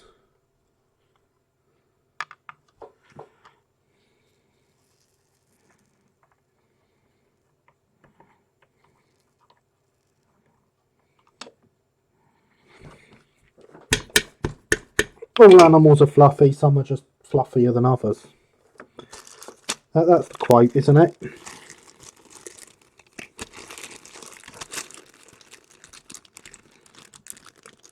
Now, if I get the actual bolt,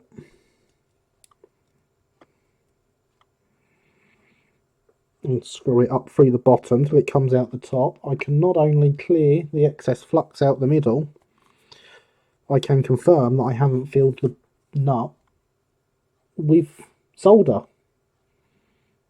which is always a good thing to have not done.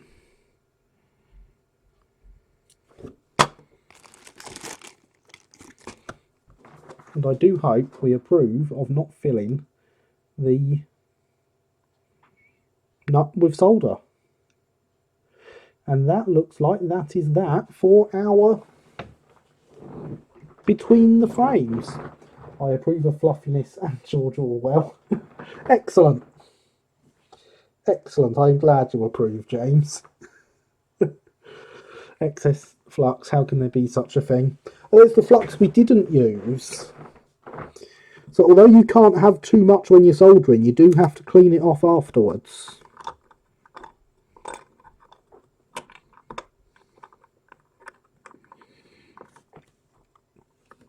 Is it just me, or have I soldered that floor in a bit too low?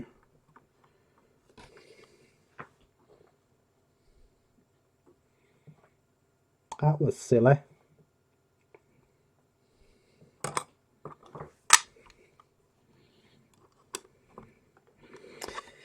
Yeah, that floor's got to come out, that doesn't go there. I've read the diagram wrong.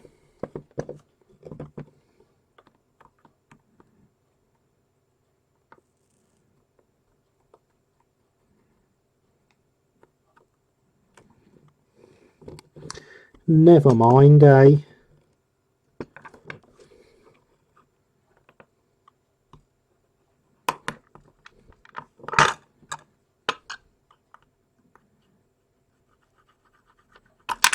There we go. Simples.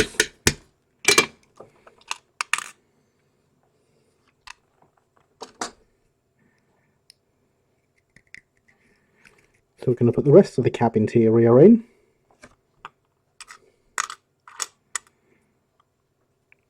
We have splasher covers.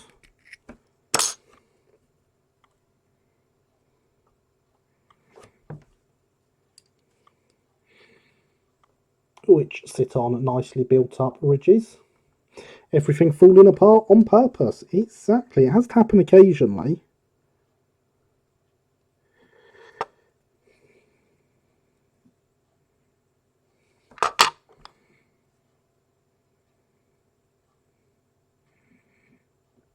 But this is one of the good things about building with solder. If you've done it wrong, you just get it hot again and take it apart.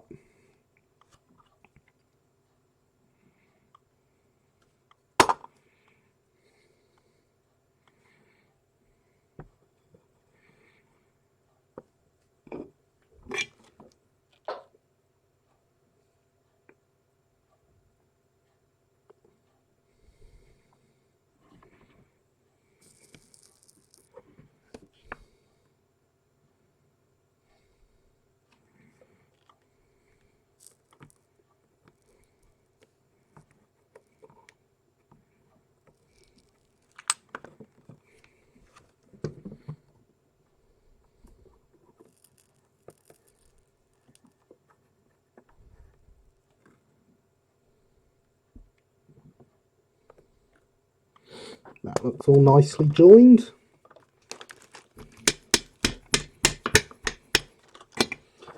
Seeing you build this kit is building my confidence about building the D1. I'll tell you what, the D1 is a beautiful kit. I had originally glued the D1. When it came to actually doing it up to go out for the show it's now sat at, I decided I didn't want it glued, I wanted it done properly and done with solder. So I took the whole thing apart, cleaned it up and soldered it back together in an afternoon. It's a beautiful kit.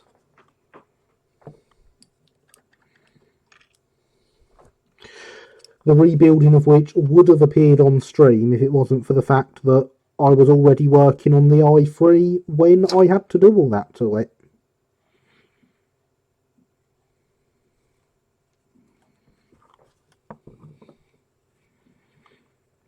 I am glad this is building your confidence, because that is genuinely part of the reason I do all this on YouTube.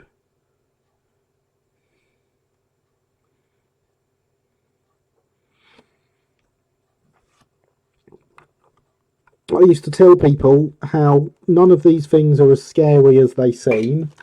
They're actually all quite easy.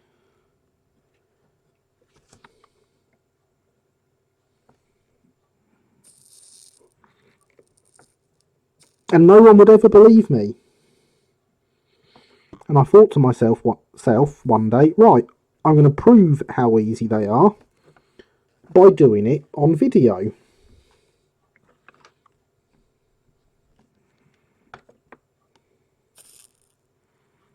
And I actually did a couple of videos for Let's Build as a series. It was to be a video series, so I did a couple of pilots to try out on myself, see what I thought, see if I liked the concept I was going with. And I decided, and then at the same time as doing that, I was watching a couple of other people do live streams. And I thought, you know what, I want to try streaming this. I want to do it live to really show how easy it is.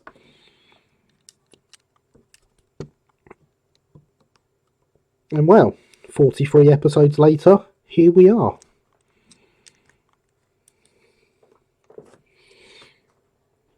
Approaching the channel's first birthday. One you made looks really nice. Thank you, I am really happy with it.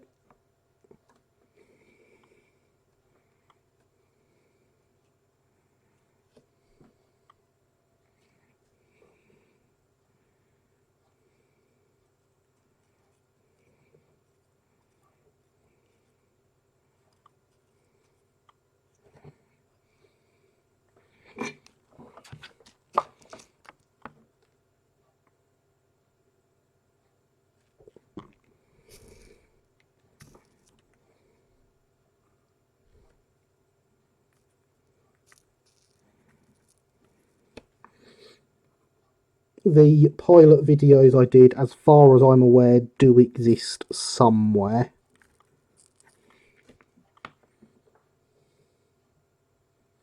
Tucked away on a hard drive.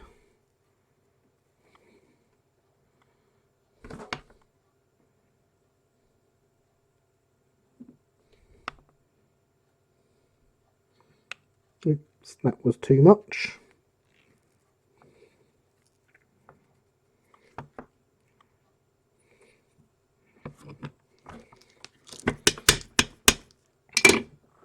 But there we go, cab interior.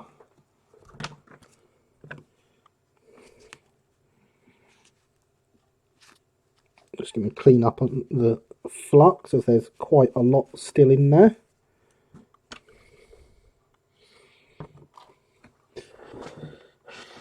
Designing a deck that people will stand on, including yourself, is daunting. For a model, the most you'll lose is money on the kit and practice made, yada yada. Exactly, Code Monkey, yes. Indeed, that is very well put.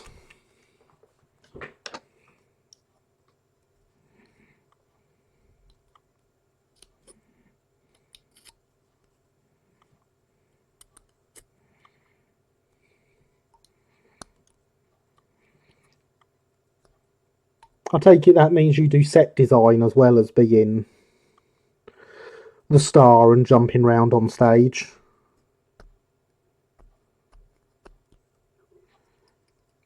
And all your audio bits we've discussed before. Do you just do everything, Code Monkey?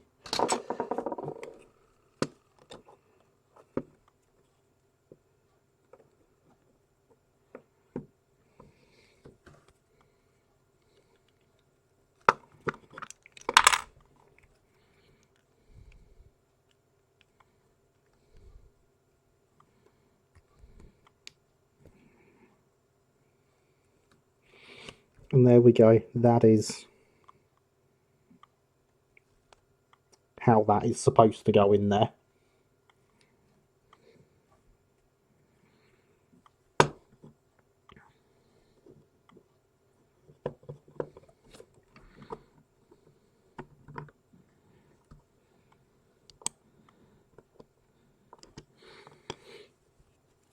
But it's supposed to, like, there's a little lip there. I'm sure it's supposed to line up with that.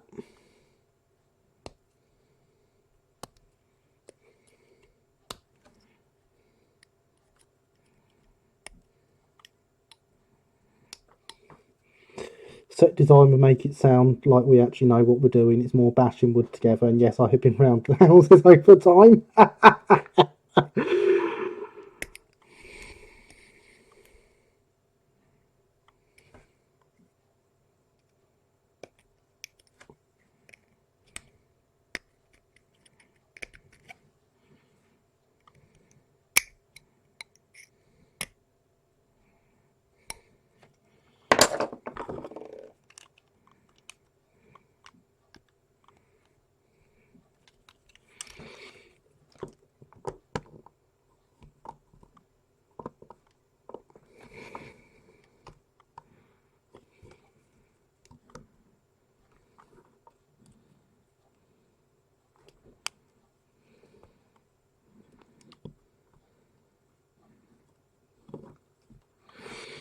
See, I'd love to do the stuff like you do, Code Monkey, but I would never do the getting on stage bit. I don't think I could manage that. Actually seeing the people that are watching me puts a whole new perspective on the live performance thing.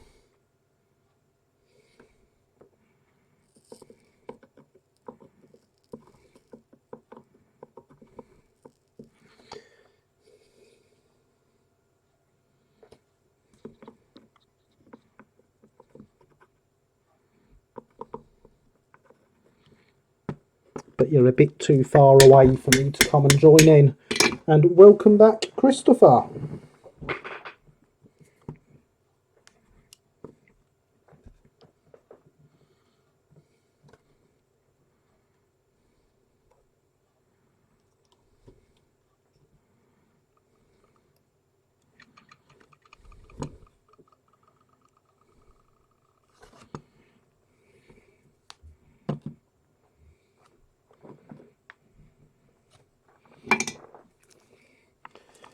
Tell you what, things would be a lot more confusing with who's here and who isn't if people announced that they were leaving as much as they announced they're returning.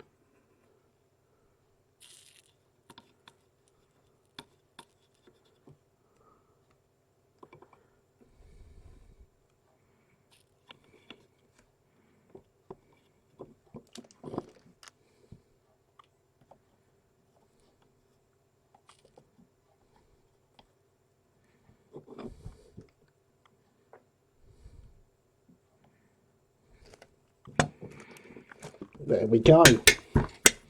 Fantastic progress so far. Thank you, Christopher. We have a cab.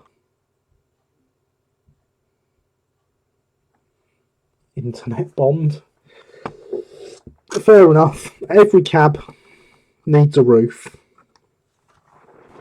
Don't you agree, everyone? I've been here lurking the whole time. Good to know, Killian. It is nice to know people are here. Look at that. We have a D. A D. It's there. It exists. It's 2 minutes to 11. We've been going for 2 hours. And it exists.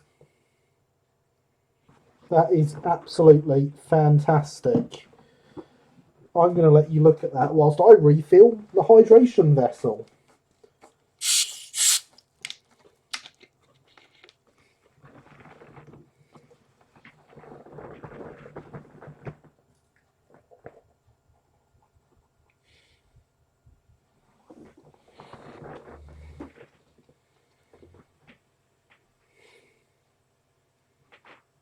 You don't get to see the size of the smile I have looking at that.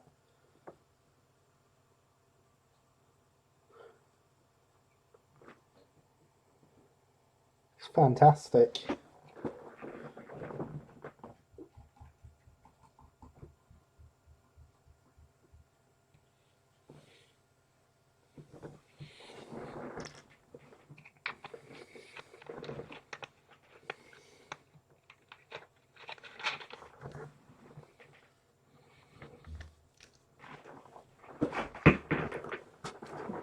I am.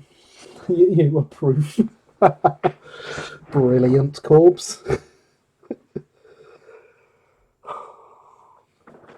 Right, I am just looking and making sure we have pretty much everything we want attached.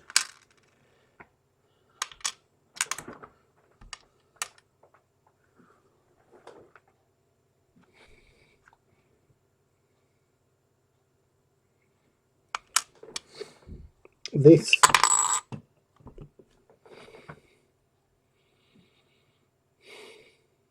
that was actually an accident. Signing out to half an hour. Good night, Becca. Thank you for coming. Great to have you here. Realising just how awful the GBL plastic is, I was like, oh yeah, isn't it just? Useful stuff though. No, that does go this way up.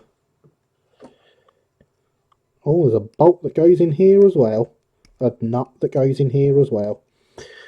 One day I will use the words nut and bolt the right way round. That day is not today.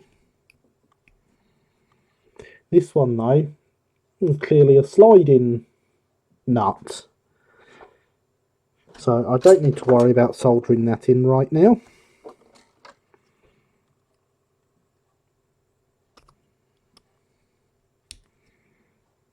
Just about cutting this down to get it to fit.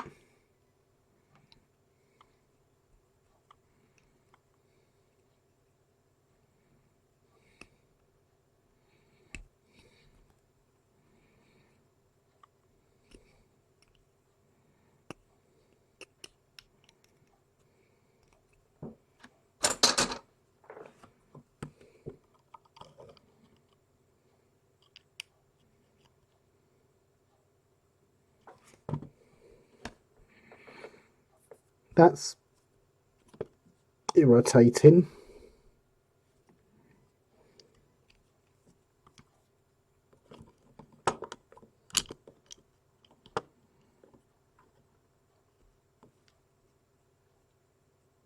That's a rather large height discrepancy.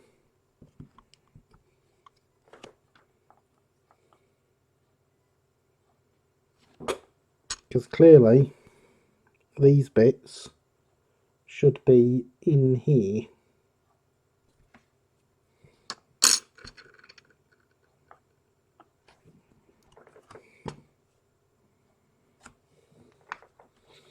There's only one thing for it.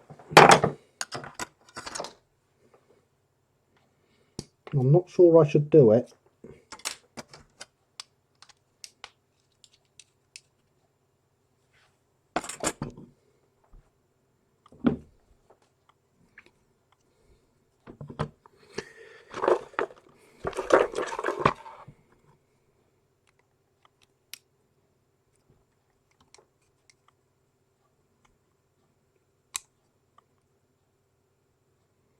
But I have a feeling I'm going to have to.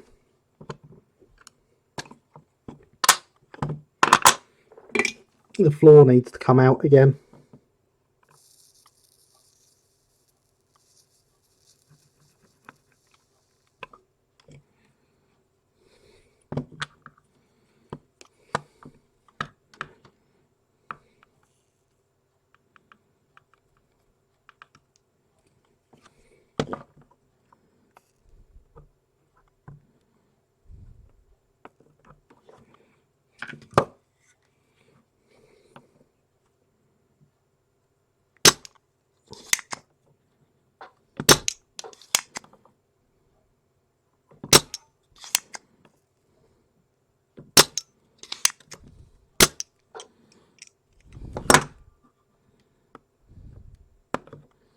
That's that side free.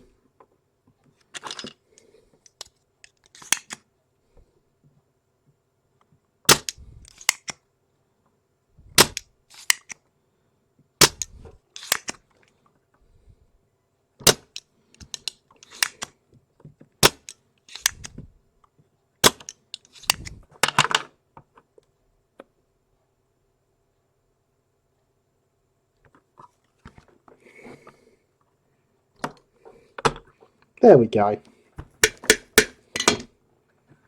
So what I'm going to do now is I'm going to fit this bit first.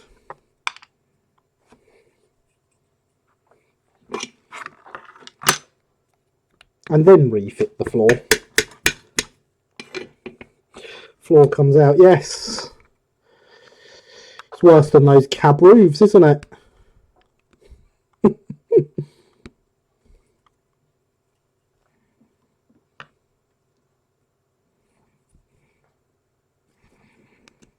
Right.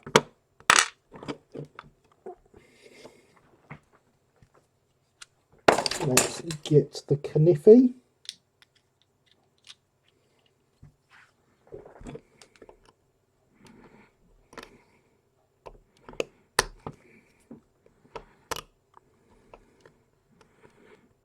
As it would appear, we need to carve ourselves a little bit of extra space on that side, and we'll just make sure we're all right on this side whilst we're at it.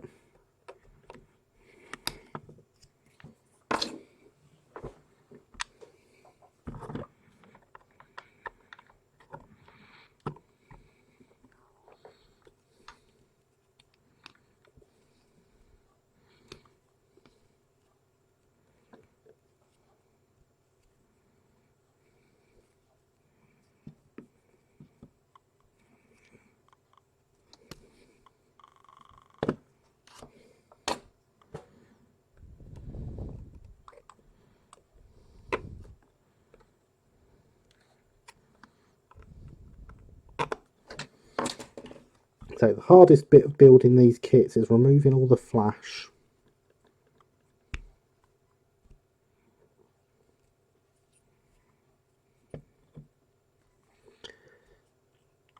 But that's not hard so much as it is time consuming. I mean, imagine how quickly this kit would go together if I wasn't having to do this.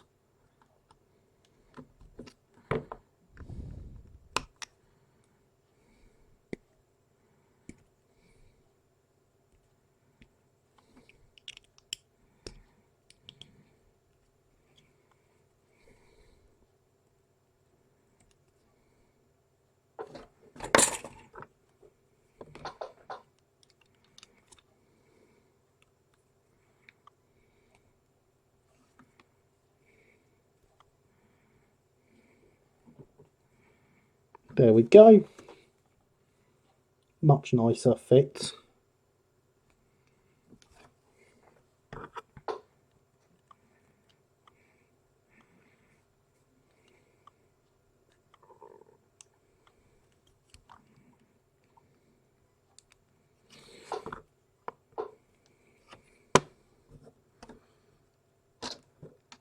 So it's time for that flux again.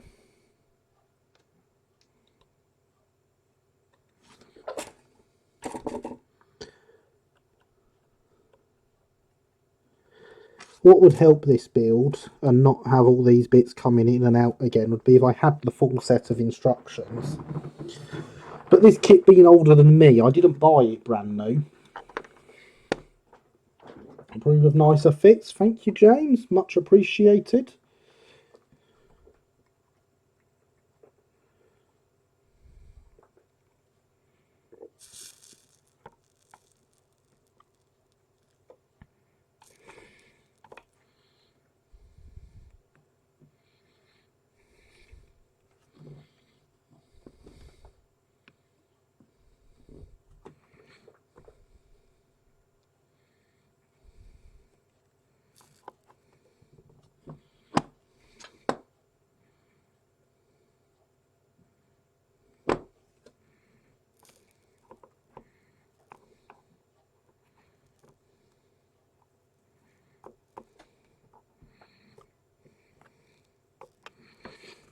And there we go. That is in.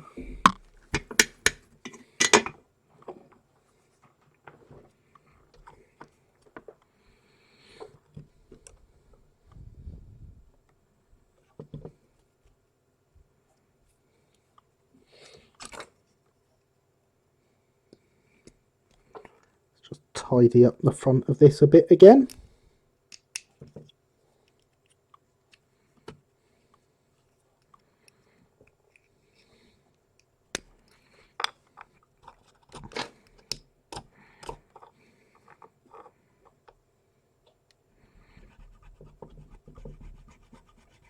And put in that plank that we've filled with solder. There we go. You'd never know it was gone.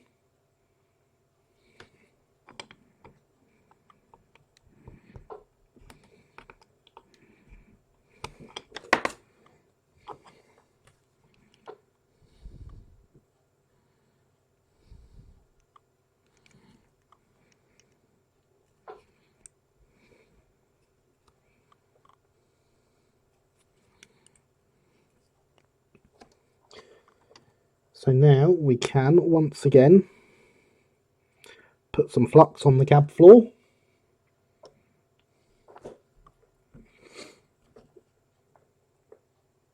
Drop in a bit of solder that we've dripped off the side.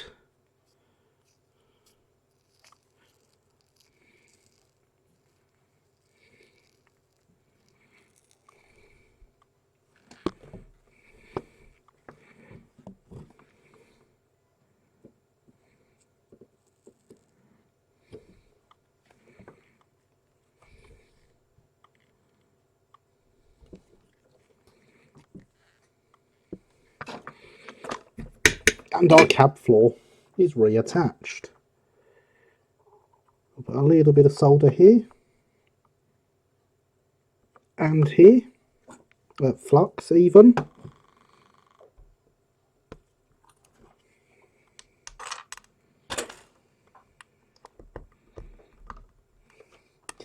Chop up this bit of solder that we've blobbed on the workbench, because it's much bigger than what we need for here. Put a bit of it there.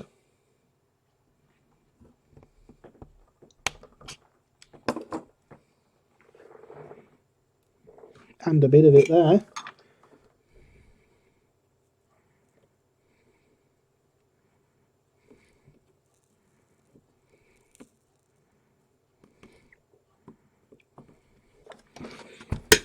And that is that.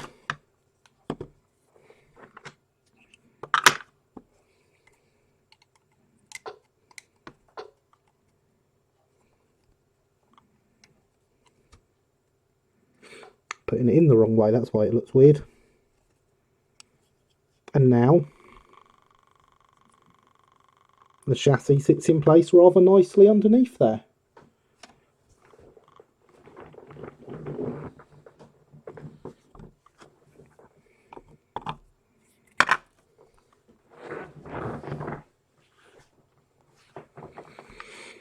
I am very happy with that, I must say.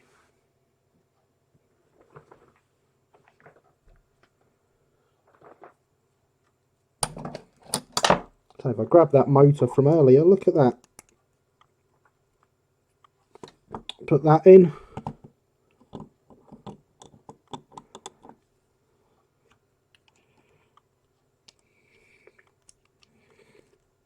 Slide that into place, and there we go. Look, now it's a motorised kit.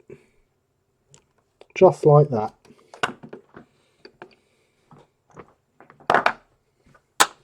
And the chatbot says, remember, hydration is important.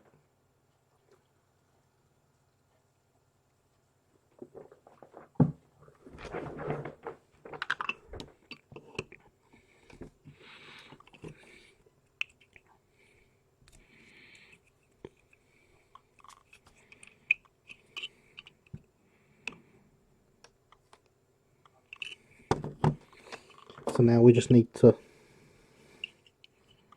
clean up some of this area.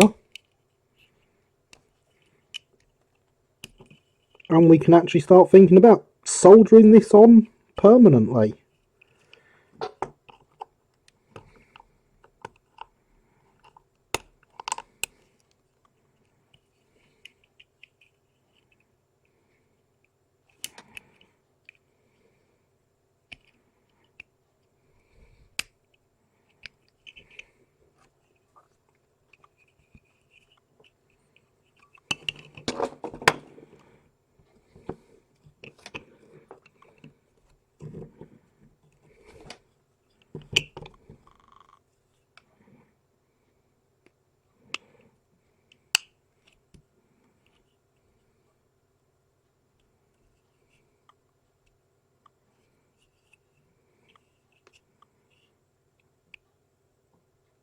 And everything seems to line up rather nicely.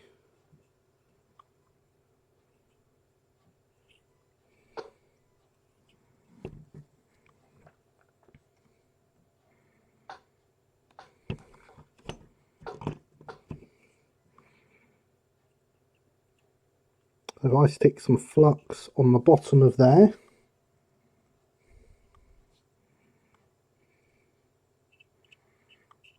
and on the inside here, absolutely caking it in flux, because of course you can't have too much flux.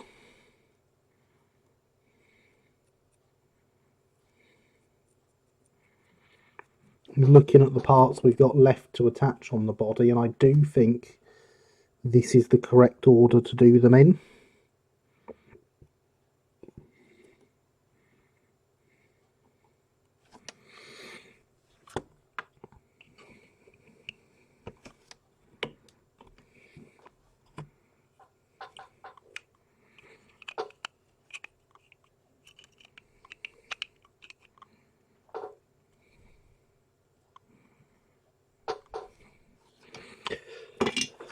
I'll tell you what though, I am looking at the progress we're making tonight and thinking I'm very glad I've already got the South Eastern and Chatham transfers in paint in stock.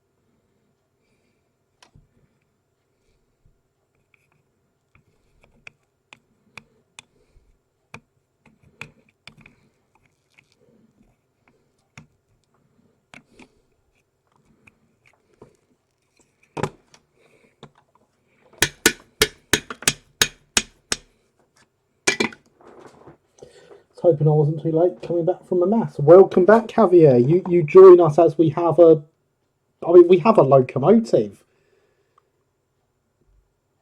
Isn't she fantastic?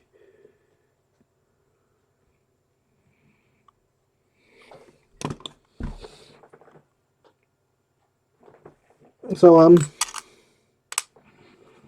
just looked up at the drawing I've got, and there's some cylinder fronts to go on here.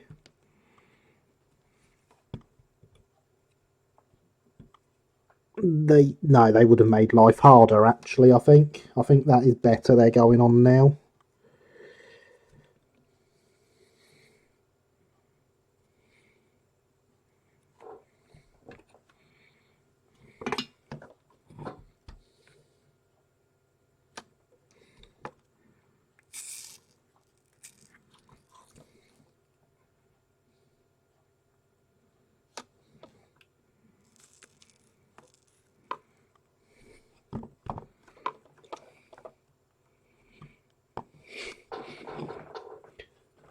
Lovely progress. How splendid you make work quick. That model looks really amazing. Thank you, everyone. Oops. I thought it was stuck enough on the other side that it wasn't going to do that. Never mind, eh?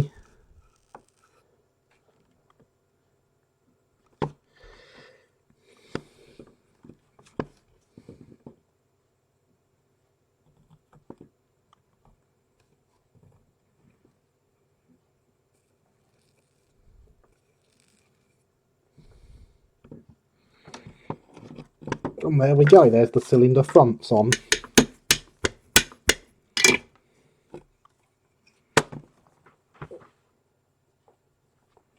Tell you what, having the cylinder backs visible in there below the boiler makes me want to put some motion in it.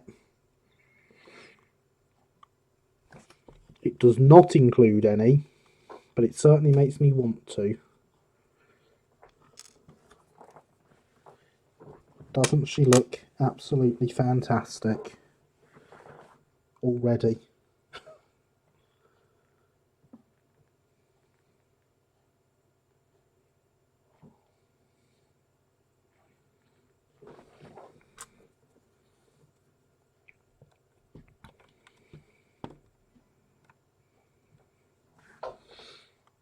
Right, so we've got small parts to do next.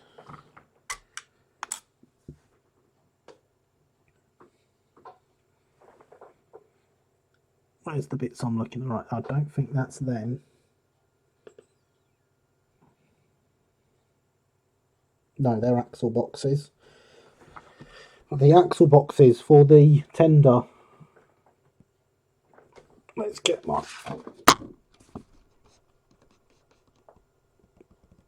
even say SE&CR on them. Aren't they fantastic? Yes, they are.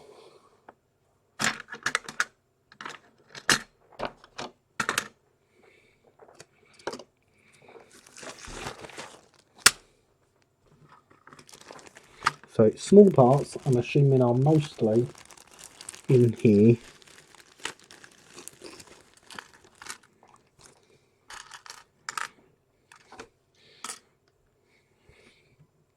Brakes. That's another part of the tender. Some more brakes.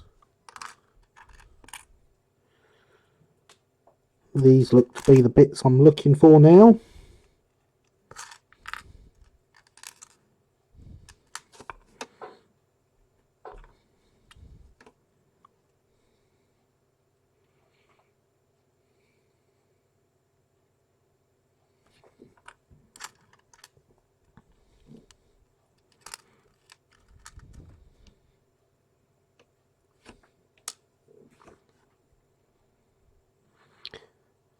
I'm quite specifically looking for some lubrication boxes that I can't seem to find.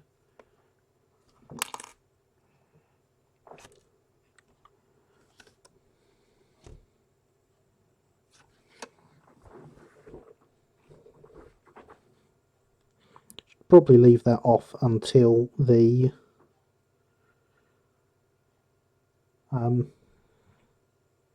buffer beams on, shouldn't I?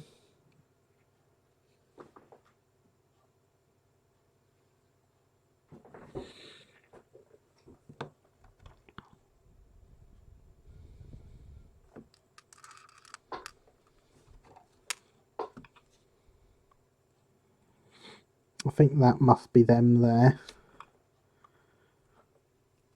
This goes over on this side. Look, there goes that roof again. Again, that one was another accident.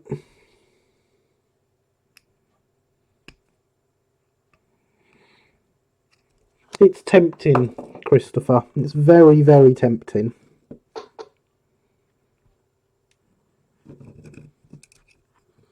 Oh yeah, I forgot to put that in as well.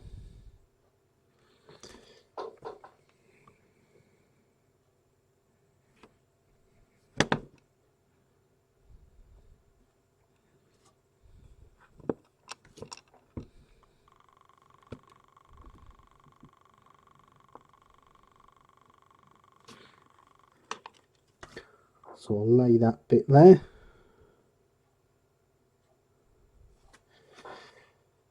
Put a tiny bit more flux around it.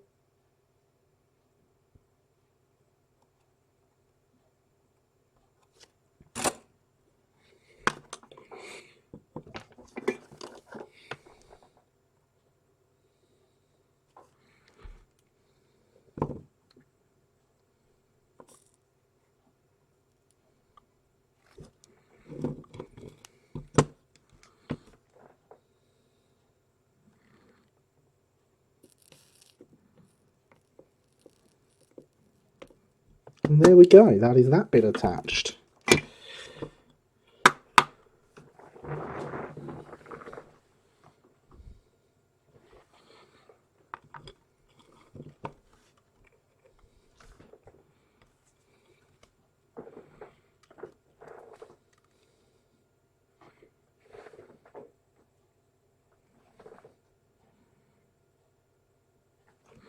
Right, those bits are the clack valves. I think they're clack valves. Go in the side of the boiler. Ah, I see the bits I'm after now.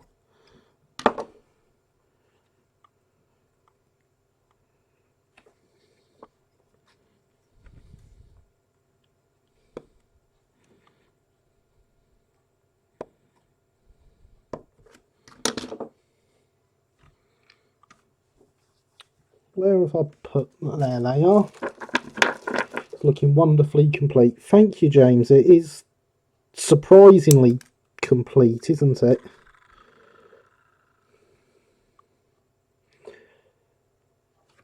I was not expecting that we'd be looking like this tonight.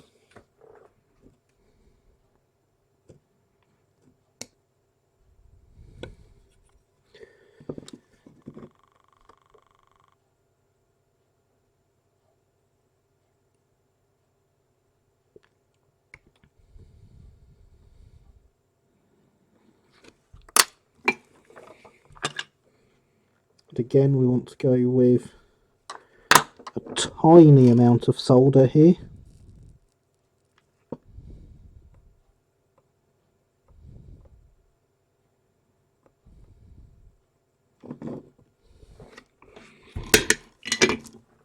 And they need some pipes making up to go down underneath them, which can be done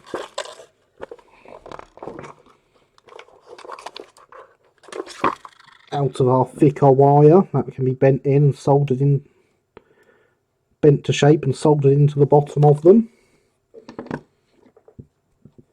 But let's make sure we get them both on first.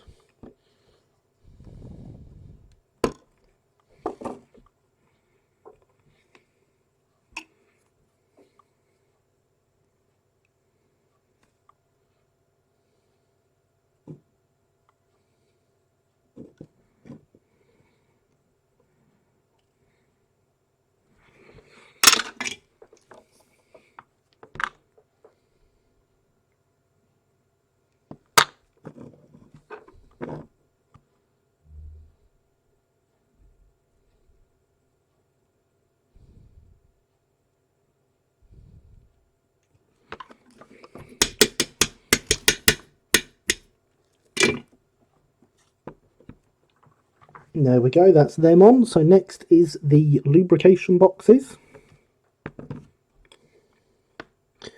which press right up to the boiler. And I'm quite sure that if I'd have done these before putting the boiler on, I'd have put them too far back and blocked the boiler.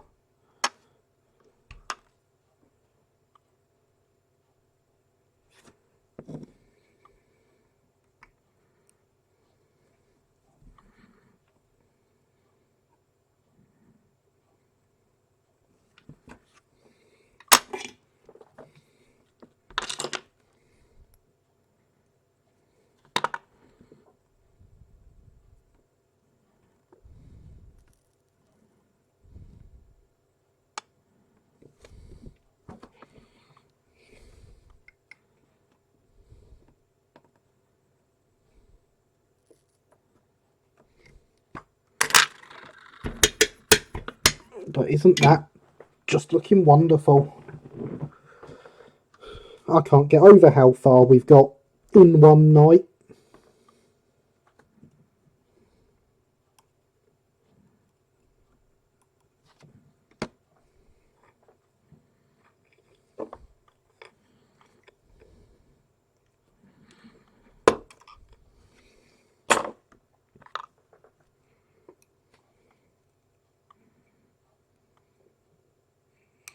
Approve of SE Finecast kits. This is the earlier wheels one, but yes, I definitely approve of all kits in the Southeastern Finecast range.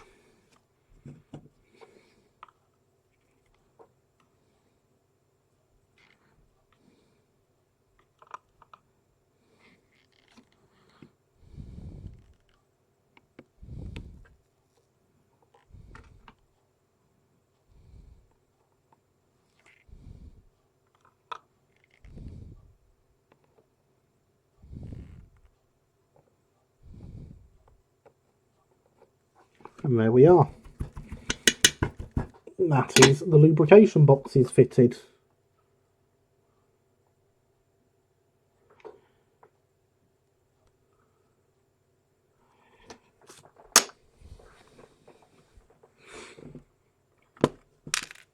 So we're going to completely destroy all tradition that this channel has now, and we're going to solder the roof in place.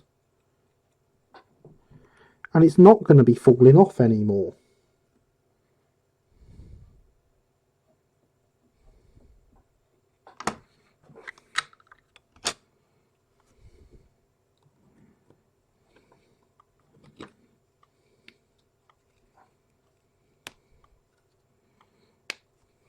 There we go.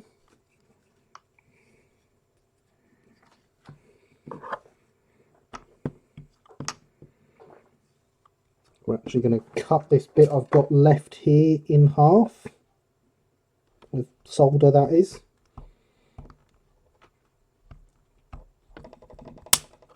There we go.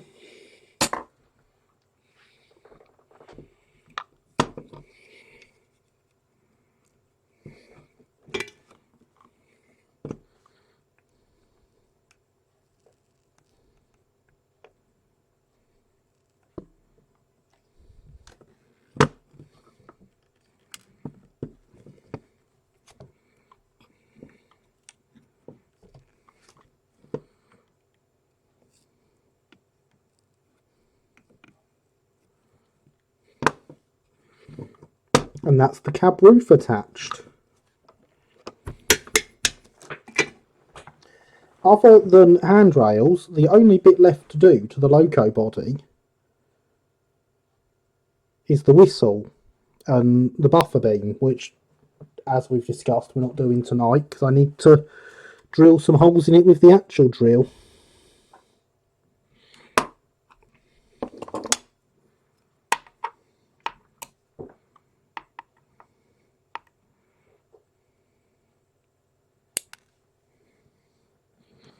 Where did that go? I know I've got some spares if I have lost it, but it's not like me to lose things either, is it? No matter how tiny they are.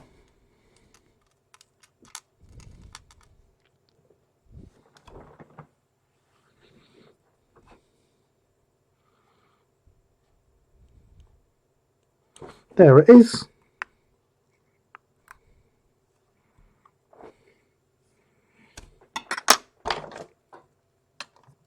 Solder the roof. Yeah, so the roof isn't going to fall off. It's a travesty.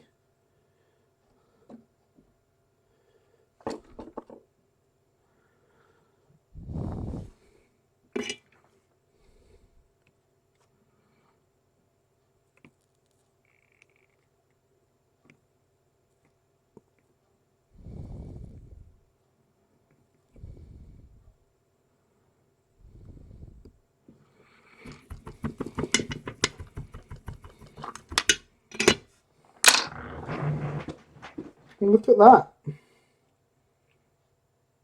We've got a loco body. And we've still got 25 minutes till the end of the stream.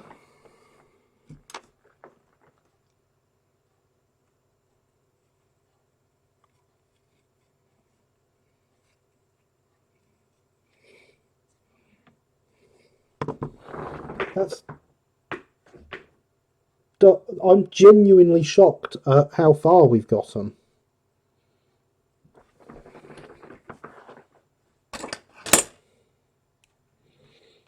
And genuinely saddened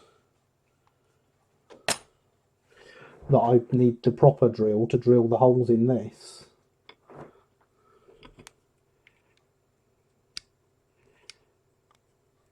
Oh no, I've just broken it. I'm impressed that was held on there. The solder doesn't appear to have even been touching it.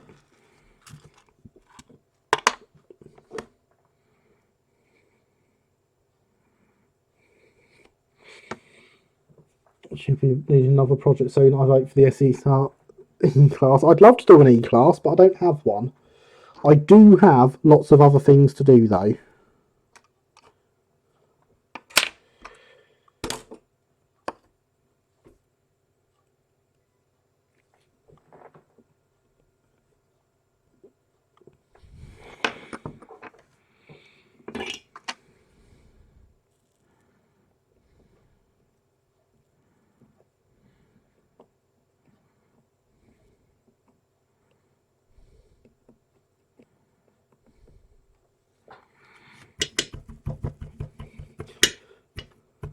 Difference between the D and the E. A wheelbase is slightly different, and the E has a bell pair firebox. Wonder if Javier might produce 3D printed E-class body for the SE Finecast D-class chassis.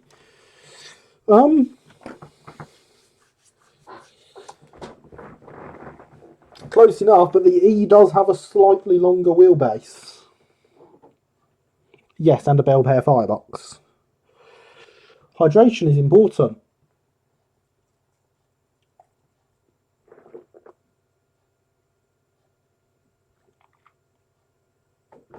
Oh, we're missing a bit.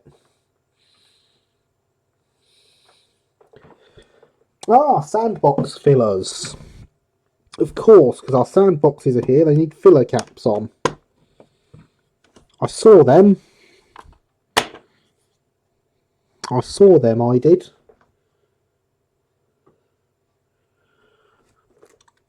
They're on these. There they are. 1 and 2. Perhaps if the wheel spacing was different. Yeah, I'm sure the E had a slightly different wheel spacing. But, James, fear not, because of course the Bluebell are building a new build E once they have finished their H2. Now, I'd hate to set speculation going on this, but when they announced the new build E, the Bachmann rep was standing next to them. So, perhaps all is not lost. Very nice looking new channel name, Christopher. Bluebell's E is 76 times too big for my purposes. Yes, but as I say, the man from Bachmann was stood there next to them. as they said it.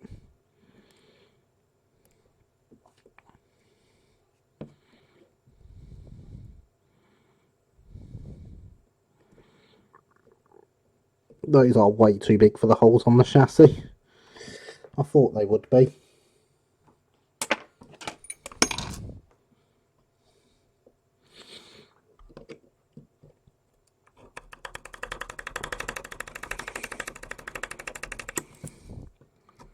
And if the man from Bachmann is going to stand there,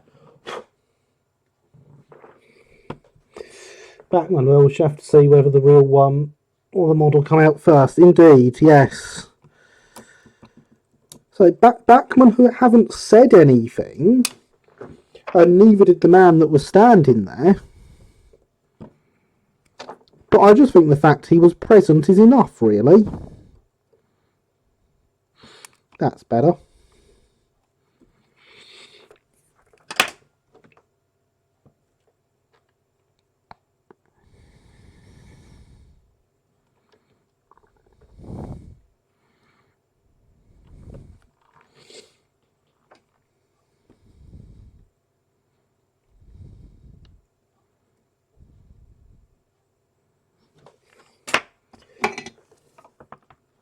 Oh, but there it is.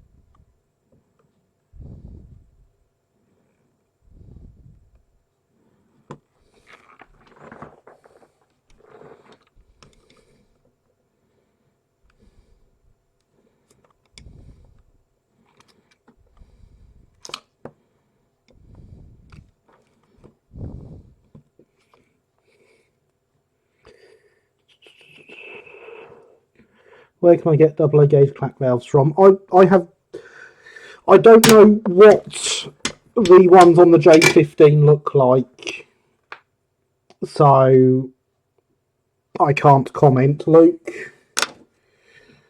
If someone makes a kit of said loco, they would be the person to go to.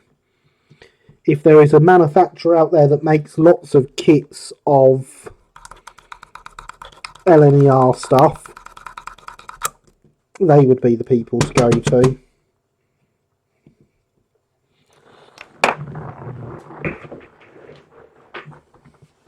Still haven't produced stuff they have talked about. That's true. Guilty by association. Exactly.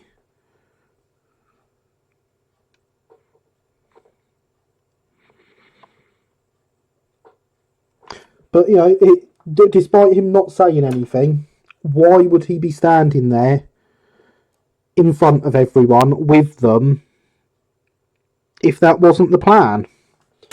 And of course, they've got form in that they did the H2 alongside the Bluebell's new build.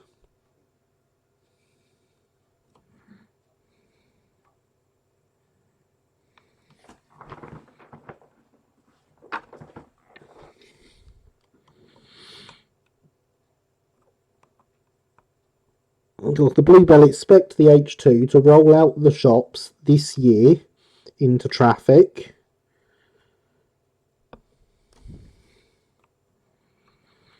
And then they expect it will take them 10 years to build the E.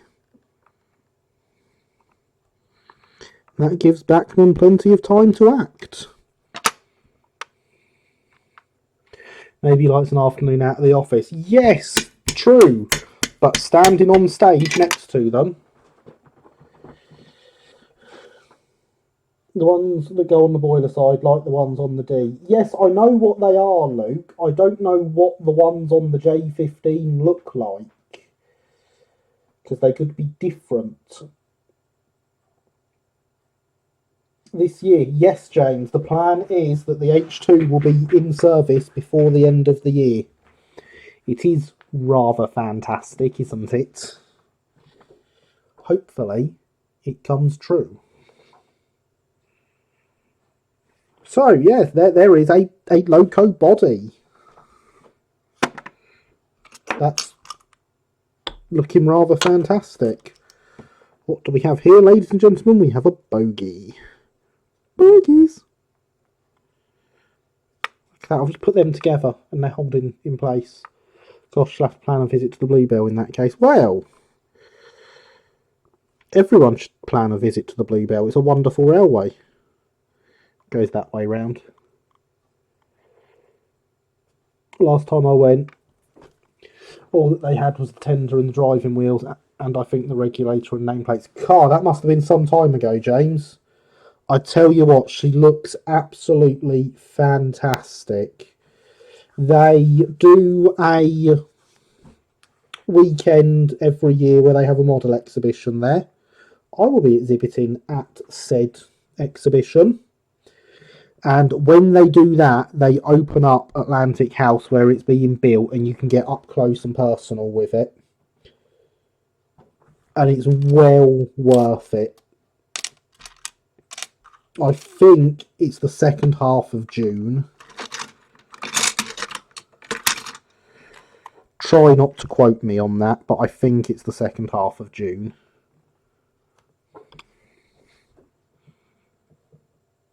I can't find the other side frame. Oh, there it is.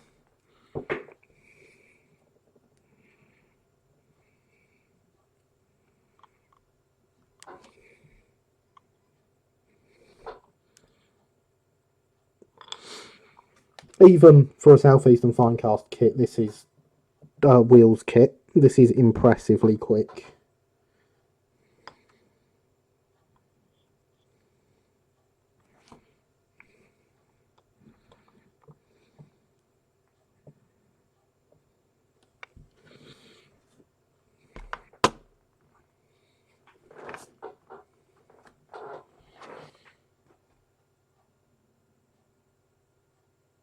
The best thing about the Bluebell is the abundance of early carriages. Indeed it is. 2013. Ah, fair enough. Look like the ones on the D, but with one less ring at the bottom, whatever that bit's called. So they look different to the one on the D then, Luke. Atlantic House, where have they put that? It is down past the loco shed.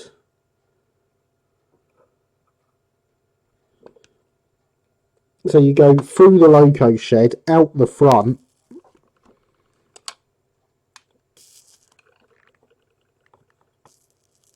and it is a little building out there just to the side of the lines coming into the shed.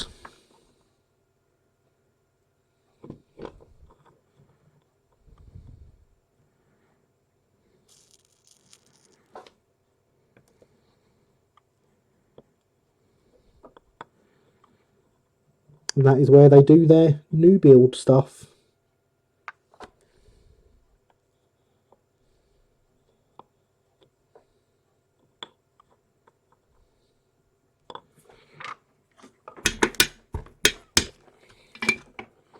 Interesting, don't think that was there in 2013. It may well not have been. It's not a massive building though. It's certainly not the sort of size building I'd want to be building a full-size locomotive in. It would make a nice shed for your model railway though.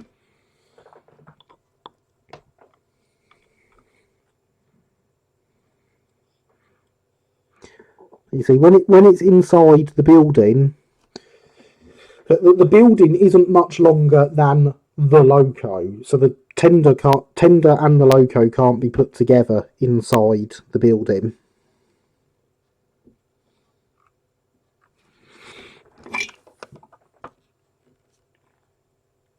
Which, I mean, if I was building these things, I'd want to be able to have them in one piece. But that's just me.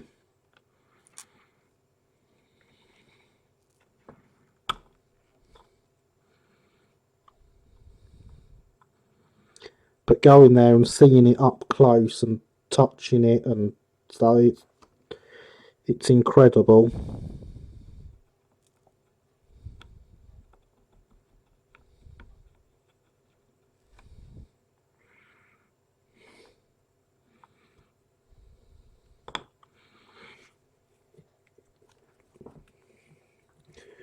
Got Ron Bluebell paid Batman rep to be there, so the Hornby would announce it next year to beat Batman to the market. Brilliant, Corbs. Brilliant. It's bound to be a casting mould in 3D print somewhere. Yes, Luke, there is. Go to someone that makes LNER loco kits, and they will have LNER pattern stuff.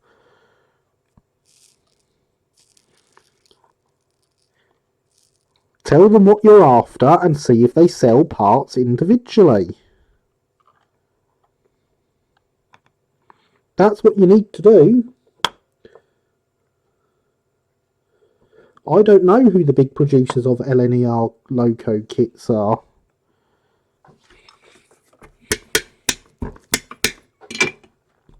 So there is a bogey.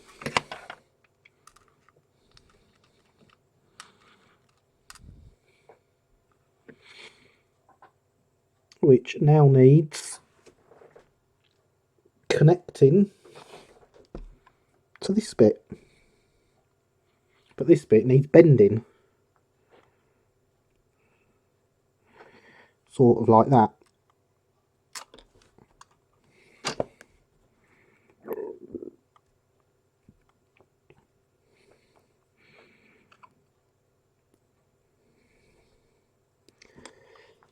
And it needs opening out, clearly. Because this drops down through that hole, drops into there. And you go in from underneath and solder that to there.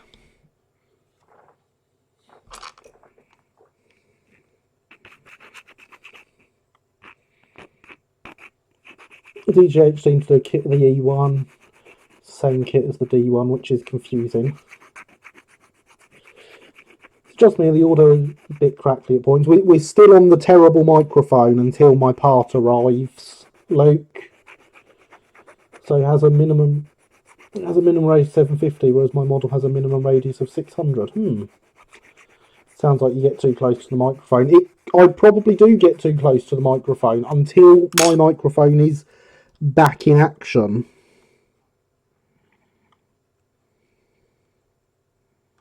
God, there's actually quite a big difference in size there.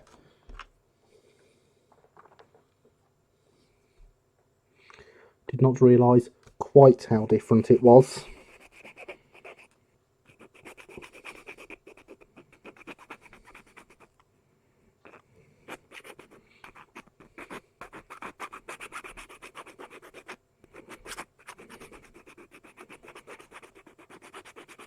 $10. Like one thing called the internet, equally wonderful things called search engines. Did you know, Christopher, once upon a time Luke told me how amazing he is at doing research. It's part of a project. He was like, yeah, I could be a researcher. I'm really good at doing research on things.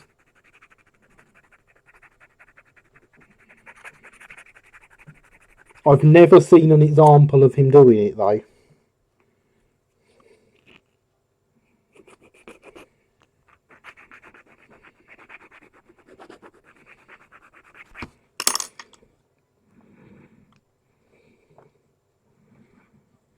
It's almost there.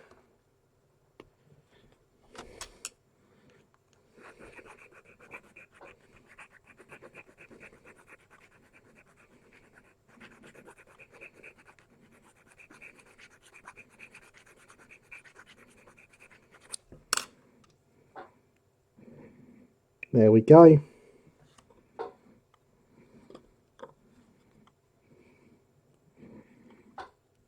And that pops down into that hole and gets a blob of solder on it. Just going to make it so I can actually see it.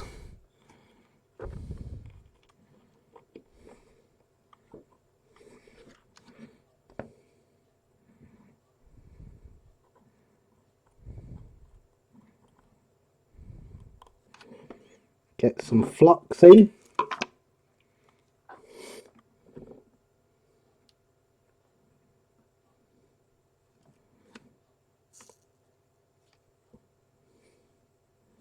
That's a big blob of solder there.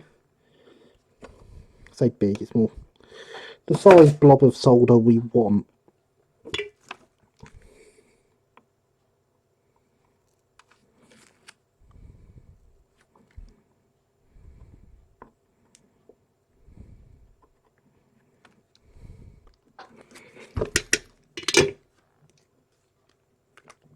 And that allows that to still swing.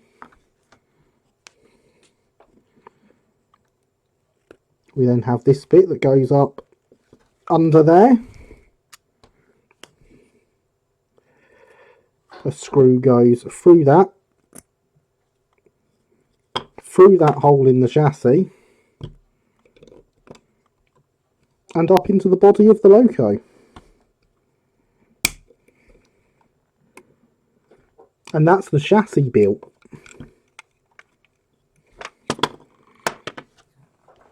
I mean, at this point, with 5 minutes left to go, I could pull these two bags out.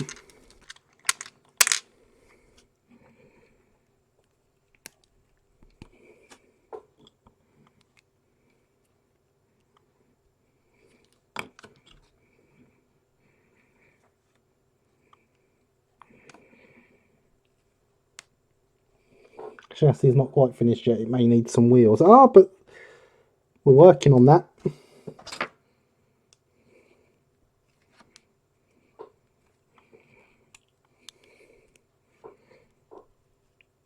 This wheel set is obviously more stubborn than the one we removed first.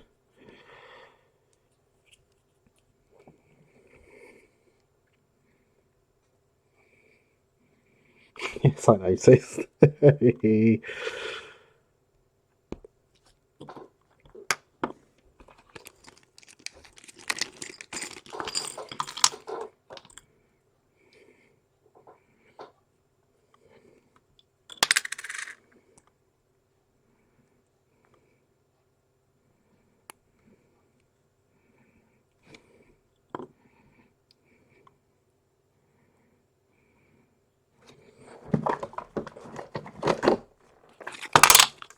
We of course have the proper tool for the job.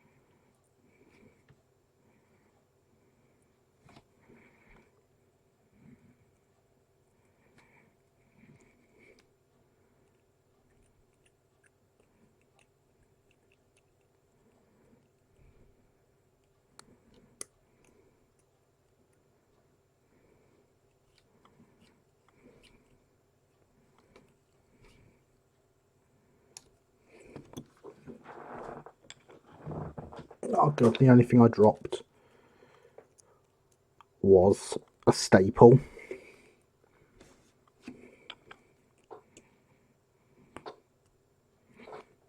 I make it 3 minutes to midnight.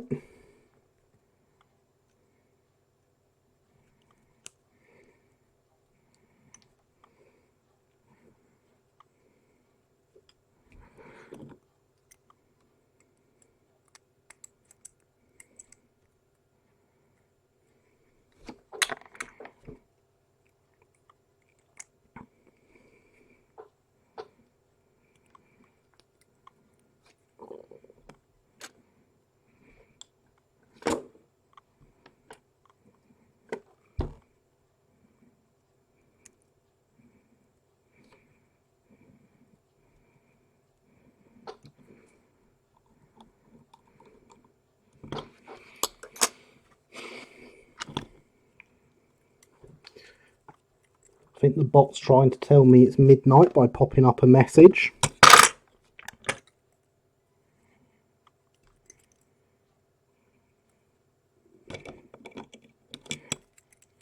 This goes that way round.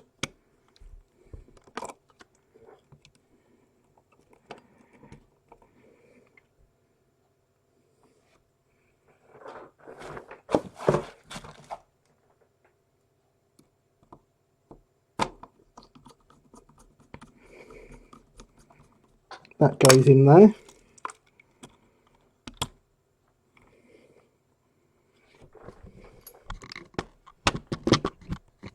And so there, ladies and gentlemen,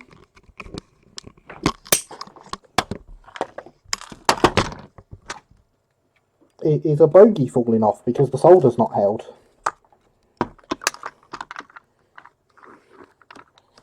No, now you're too close.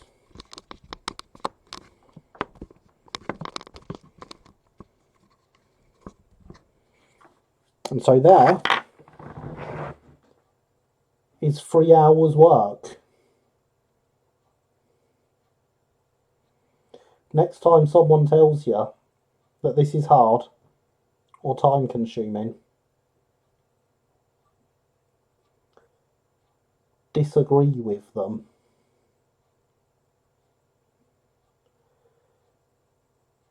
Really hoping that focus comes in a bit better. Let's pop that behind.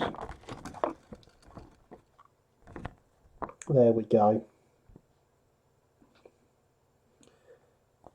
So yes, thank you for coming, ladies and gentlemen. This has been Let's Build. I have been Gary. You have been amazing as always. This is a D class. It has no business being finished that quick, but wow. I cannot wait for next week and see how much we get done. So yes, thank you for coming, everyone. And I shall see you next week. Bye for now.